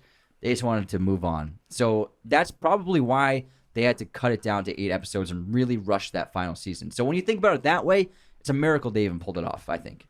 Wow, that's a really great point, Anthony. That's a fantastic point. See, but look, I don't get a TikTok clip of that one. I don't think with any production, it always comes down to just one person. Oh Two yeah, people, that's why I don't like how everyone blamed the 2 showrunners. I think they did the best they could with It's what not they had. their money. Yeah, exactly. Dude, with a show that is the biggest show of all time, it never just comes down to just 2 people. No way. It's a collective machine. That Absolutely. Just, Same thing with now. I mean, with Marvel fired Victoria Alonso, and she was apparently like the head of post production. So everyone's just like blaming her for the shitty VFX. Yeah. Like obviously that was a huge part of her job, but like Kevin Feige's still the president of Marvel Studios. You know. You also have to blame the release dates. Like they put a release date on a film or a TV show, and they're like to the VFX artists, they're like, okay, have it ready by May 13th, and that's all the time they have, and they have to hit that date. So she's not in charge of when movies are released, so she can't get all the blame. And a lot of it could be Disney too. You Oh know, yeah, I think Disney's to blame for the bad visual effects. Probably because Disney's probably like, yo, we need Disney Plus subscribers, so we need like 3 to 4 Marvel shows a year. Yeah, and they don't want to push back movies release dates at all. They never want to. Like each date's picked for a certain reason. They're trying to avoid competitors. They're trying to avoid other major releases within that 2-week span. And they pick releases way ahead of schedule for that reason. So they never want to change it. And so they are dead set on that release. Get the movie ready by then, no matter what. Not anymore. Not anymore. They're everything back. Or Yeah. everything's changed to coming soon. So Dude, like, Iger came in because now he's the new CEO, and he just like wrecked shop. Yeah. cleaning up Cleaning shop. up. I mean, Cleaning up. Marvel's pushed to November. I bet it gets another delay. They're probably doing reshoots. Who saw this coming 3 years ago? Like trouble with Marvel. Isn't that crazy? Like It's this nuts, this man. kind of trouble. Nobody saw. Like it coming. after Endgame, you're like, oh man, this Yeah, is- they're on top of the world. wow, Yeah. they're gonna keep going up. They and can't up, do. man. They can do no wrong at that point. But now it's like They've stumbled a bit. reset. Like they're resetting. It's pretty crazy. Nobody saw that coming. I don't think Marvel's in such a like. I think people really over exaggerate like where Marvel's at right now. Like I think a lot of people trying to make it seem like it's over. The world's ending. They yeah, have yeah, a lot of money still and a lot of eyeballs on their stuff. Like James Gunn is about to come out with Guardians 3, and look, if that movie is like an all-time great MCU movie, everyone's gonna be back high on the MCU. That's Yeah. gonna make $1 billion easily. That's gonna be a big hit for them. Big hit. Yeah. I think so too. Yeah. 'Cause And- I love the first two, and there's no way he's a great director. Fantastic. Yeah, he works so well in the MCU. Yeah, and James Gunn probably pioneered like the style that all MCUs kind of follow now. Guardians. all MCU Because movies. then Guardians happened, and then we got Ragnarok's humor change. So I Exactly. think Guardians is a big deal. Absolutely. Yeah, and if you look at all of their projects, like like with Phase 4 and Phase 5, all of them have been so director driven compared like to the first 3 phases, where it's like, you know, Multiverse of Madness is very clearly a Sam Raimi movie, as much as Sam Raimi tried to be Sam Raimi. That Shang-Chi is a Destin Daniel Cretton film. Eternals is a Chloe Zhao film. So Guardians 3, like, man, I don't even know how James Gunn is running DC and doing a freaking Marvel movie at the same time. Like, what? Feige's pissed. Well, you know? yeah, because that's a good point. Because I would say Iron Man 1 is probably the most creatively free movie because Favreau was making it, and they were just like, do what you got to do. And Yeah. it was before they had like the machine formed in how they approach filmmaking, and then it became like an automated system in a way. But now I think they're getting back to, like you said, letting the director use their vision and using their style of filmmaking and letting them do their thing. So I think Favreau, that's why Iron Man 1 is so special because of that. Well, I think also the Russos with Winter Soldier. That was the Yeah. MCU movie Yeah. where I was like, holy shit, this Yeah. is cool as hell. That Yeah. really was a game changer for me. sick. I love that movie. Dude, yeah. Anything the Russos do with Marvel. I was like, with Marvel. With that Marvel. Gray Man. Woo! Yeah. and Cherry. Chaos Walking? No, that was... No, that Oh, was they- Doug Liman. Gotcha, never mind. They did Cherry with Tom Tom Holland, Holland, yeah. and then they did The Gray Man. They like to. I don't think they want to be remembered for those. No, they're making a Gray verse.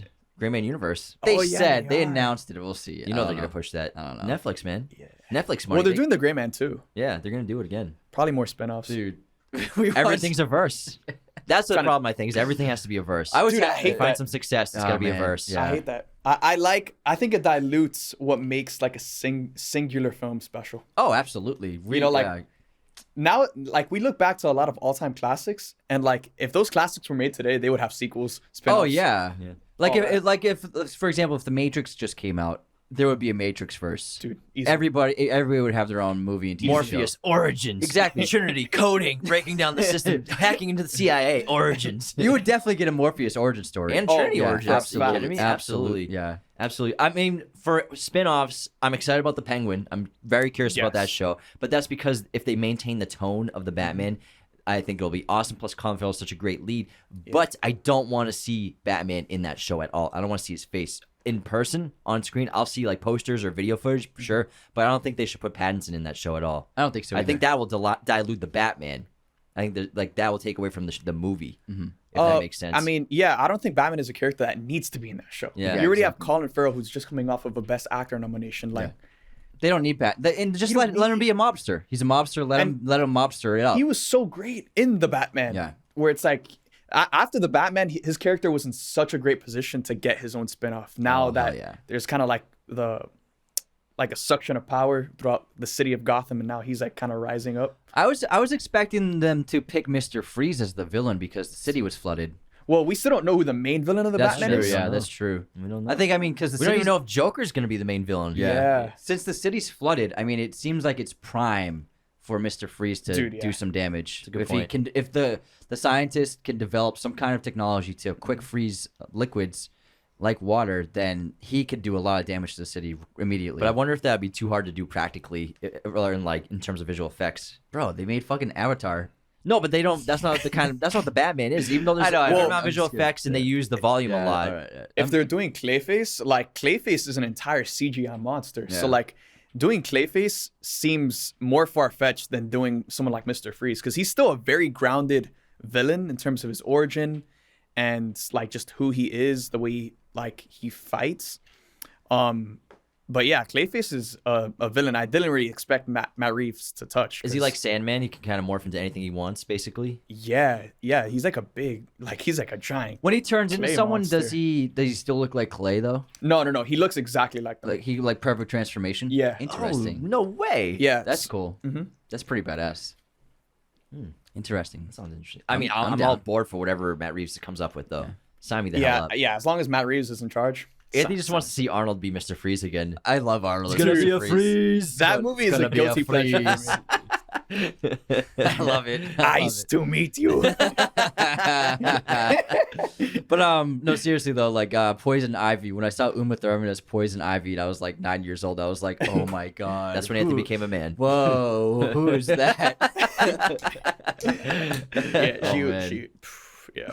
I love those. Those movies were so like they're kids movies. Yeah, they're so like cheesy, campy. I mean, Batman had a MasterCard. It was the Bat card. Bat nipples? Yeah, the Bat nipples. Dude, Jim Carrey's the Riddler was iconic. I don't care what anyone says. Yeah. He was great. He was fantastic. Tommy Lee Jones? Yeah, Tommy Lee Jones. Two-Face. Yeah. That was fun. Nicole Kidman. They were shooting shots, man. Yeah. Shots. Good. They were. I really liked them as a kid. We really loved them. Me too. Yeah. Actually, awesome. You guys know that there was plans for another Batman movie that never got made, but it was going to bring back all of the villains. Whoa. From those films? Yeah, I think Scarecrow was going to be the villain, and there was going to be a dream sequence where Batman gets sprayed by his gas, and in this like fear sequence, he sees all of his previous villains. So like Jack Nicholson's Joker, Danny DeVito's Penguin, Tommy Lee Jones, Jim Carrey. That's sick. Yeah, that would have been sick. And they would have brought them all back for like a scene where it's like a fear sequence where it's like they're not actually there. Yeah, it's just Batman inhaling this like fear toxin for the first time. It's like a rogues gallery team up. That's crazy. Would have been George Clooney as Batman? I wonder. He was the last one in that. Val Kilmer was the last one. I thought it was Keaton, Kilmer, then Clooney. Yeah, Clooney was the last one. Yeah, Clooney. You're right. Batman and Robin, I think, was the last one. Yeah, before Batman Begins. And so Batman and Robin was Clooney. Robin was a carnival jouster or aerobatics guy. Yeah. And he did laundry with kung fu kicks. Kung fu laundry. Kung fu laundry. Oh, God. Wow. Oh, man. You know, Christian Bale almost got that role as Robin. Really? Yeah, he was number 2. Chris O'Donnell ended up getting cast. Dude, Thank God. Actually, who was it? Marlon Wayans. Oh, was he up for it? He was another person that was in the running for Robin. He was big in the 90s. Marlon Wayans was really big in the 90s. He's in Air. Yeah. Yeah, he's in Air. Yeah. Man. But Christian Bale, like, he also was up for Anakin Skywalker. Wow. Whoa. Yeah. Really? Yeah, so Anakin Skywalker, Lucas went with Hayden Christensen because he liked the way that he and Natalie Portman look together. He said they look cute together. They do. Yeah. They do look very cute together. So that's why he picked Hayden. I think one of my favorite memes of the year, though, was the scene in episode 2 where she sees Annie for the first time and she goes, Annie, how you've grown. And it's like someone superimposed Anakin walking. He's like, boom, boom, boom. He's like 30 feet tall, walking onto screen. Oh my god, that's so funny. Annie, you've grown. Hi, Padme. That movie's Attack of the Clones is so bad because they're just like having picnics while Obi-Wan is like actually doing stuff. He's such a badass. It's a love story. I'm a fan of the prequels. I grew up on the prequels. Same, Yeah, we grew bro. up on the prequels. Like yeah. I can acknowledge their mistakes for sure, but Yeah. like they're kind of like just. I grew up with them. They're great, man. Yeah. Fucking Phantom Menace is awesome. Revenge of the Sith. We third had act the, is we had the epic. pod racing game. Yeah, the pod dude. racing game was sick on PlayStation. N64. N64, yeah, that was a wild game. That was a good one. Clone Wars. I don't know if you guys watch Clone Wars. Haven't gone into No, it. never. Yeah, Been never. recommended A lot of people who like our show like Clone Wars for sure. Because we were 9 when Phantom Menace came out. Oh no, it was 97 or 99. 99. Oh, wait, so we were 9 when Yeah. it came out. So we were like perfect Prime- age for Star Wars, prime man. We age. got What do you into it. guys think about like the state of Star Wars right now? I think that they've made some good decisions recently where they hired Stephen Knight to write the Yeah. next movie. So we talked about that recently. He's a great writer. He does Peaky Blinders, Locke. He's done a bunch of good movies. So he's a terrific writer because they got rid of Damon Lindelof, who was supposedly developing a Star Wars trilogy for like the last several years. They've canned him, so now Stephen Knight's coming in, and apparently the rumor is they're gonna announce a new Star Wars trilogy for theaters because they need to come out with the movie soon. But having Stephen Knight, a really great writer, write your Star Wars movies and like get a one singular direction for the trilogy rather than writer here, different directors every time you make a movie. I think that's a really good decision. I think they needed to do something like that. Yeah, I think they need to hit theatrical releases like in a big way again and make it feel like it's special to see a Star Wars film again.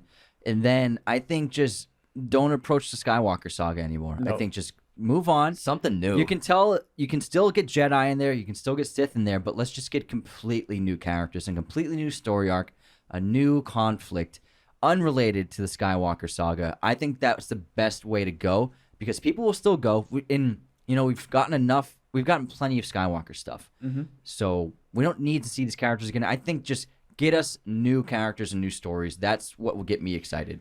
The world is so like interesting too. Like people fell in love with the world of Star Oh, yeah. Wars that like I think in order for the brand to survive long term, like you have to cut off those umbilical cords that they have that they keep kind of going back to, which is the Skywalker saga. Yeah. Like again, give us a movie that's set like 500 years before everything else. Why not?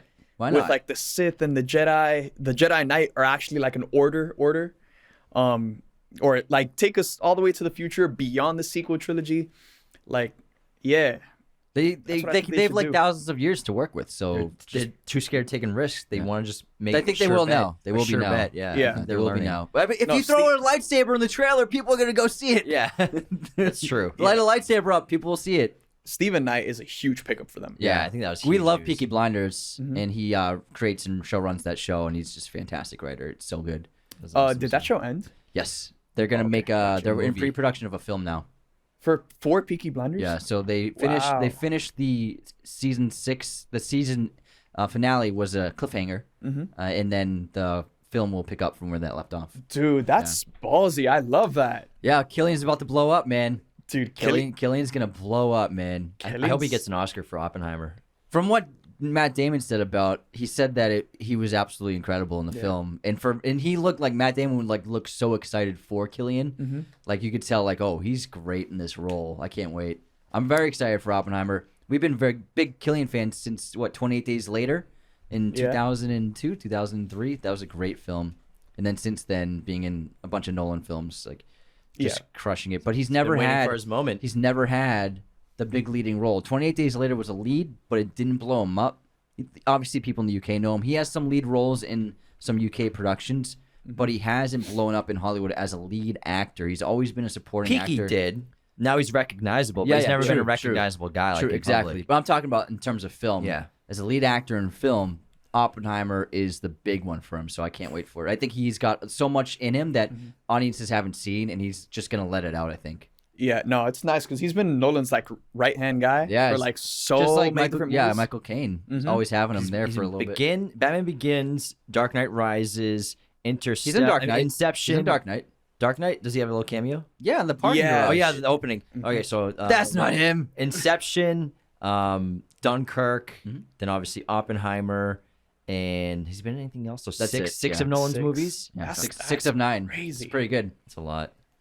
It's pretty good. All right. Well, I think this episode's been pretty good. Wow, it's been that was a long one. Yeah, we're like 2.5 hours in almost. Whoa. Damn. How about we wrap it up, boys? Let's do it, bro. Supes, thanks so much for coming on the show. It was so great to finally get you in the studio. Hope you enjoyed it. Tell everyone where they can find you. Well, thank you guys for having me. This has been so great. Like, I feel like we just started, man. Yeah, no, Like, I can keep going. But yeah, you guys can check me out on TikTok at Supes, and then YouTube Supes, and then on Twitter and Instagram at The Real Supes, because there's an imposter out there. That fucking imposter. Fuck It's the me. imposter. It's Anthony. It's his burner. Again, thanks so much. This was a blast. We'll have to do it again sometime. Absolutely. Maybe Oh, like after June, we can talk about all those movies and those new releases. That's a good idea. Yeah, that'd be Yeah. a blast. And then again, hope you have a great day. Thanks again. Everyone, you can follow us, everywhere, but become a patron today at patreon.com/Raiders of the Lost Podcast. It is the very best way to support our show. We have tiers at $2, $5, $10, $25, and $100 tiers. Every patron gets access to our weekly chat, which is now exclusively on Patreon, as well as a weekly bonus episode. But don't forget to check out all those awesome other perks you get in those tiers. You support the show so much. You help us keep the lights on, and you allow Anthony to get his Trader Joe's every week. So thank you, Patreon, so much for your support. Supes, Matt, thank you so much, pal. Take care, bro. Thank you, See you guys. next time. This episode was executive produced by our chosen one patrons, Cody Moen, Andrew Hagan, Becca Keene, Benjamin Cook, Calvin Murphy Griggs, Nicholas Martin, Darian Singleton, Tyler McFly, Andrew Hagan. Our chosen one patrons are our biggest supporters. Thank you so much.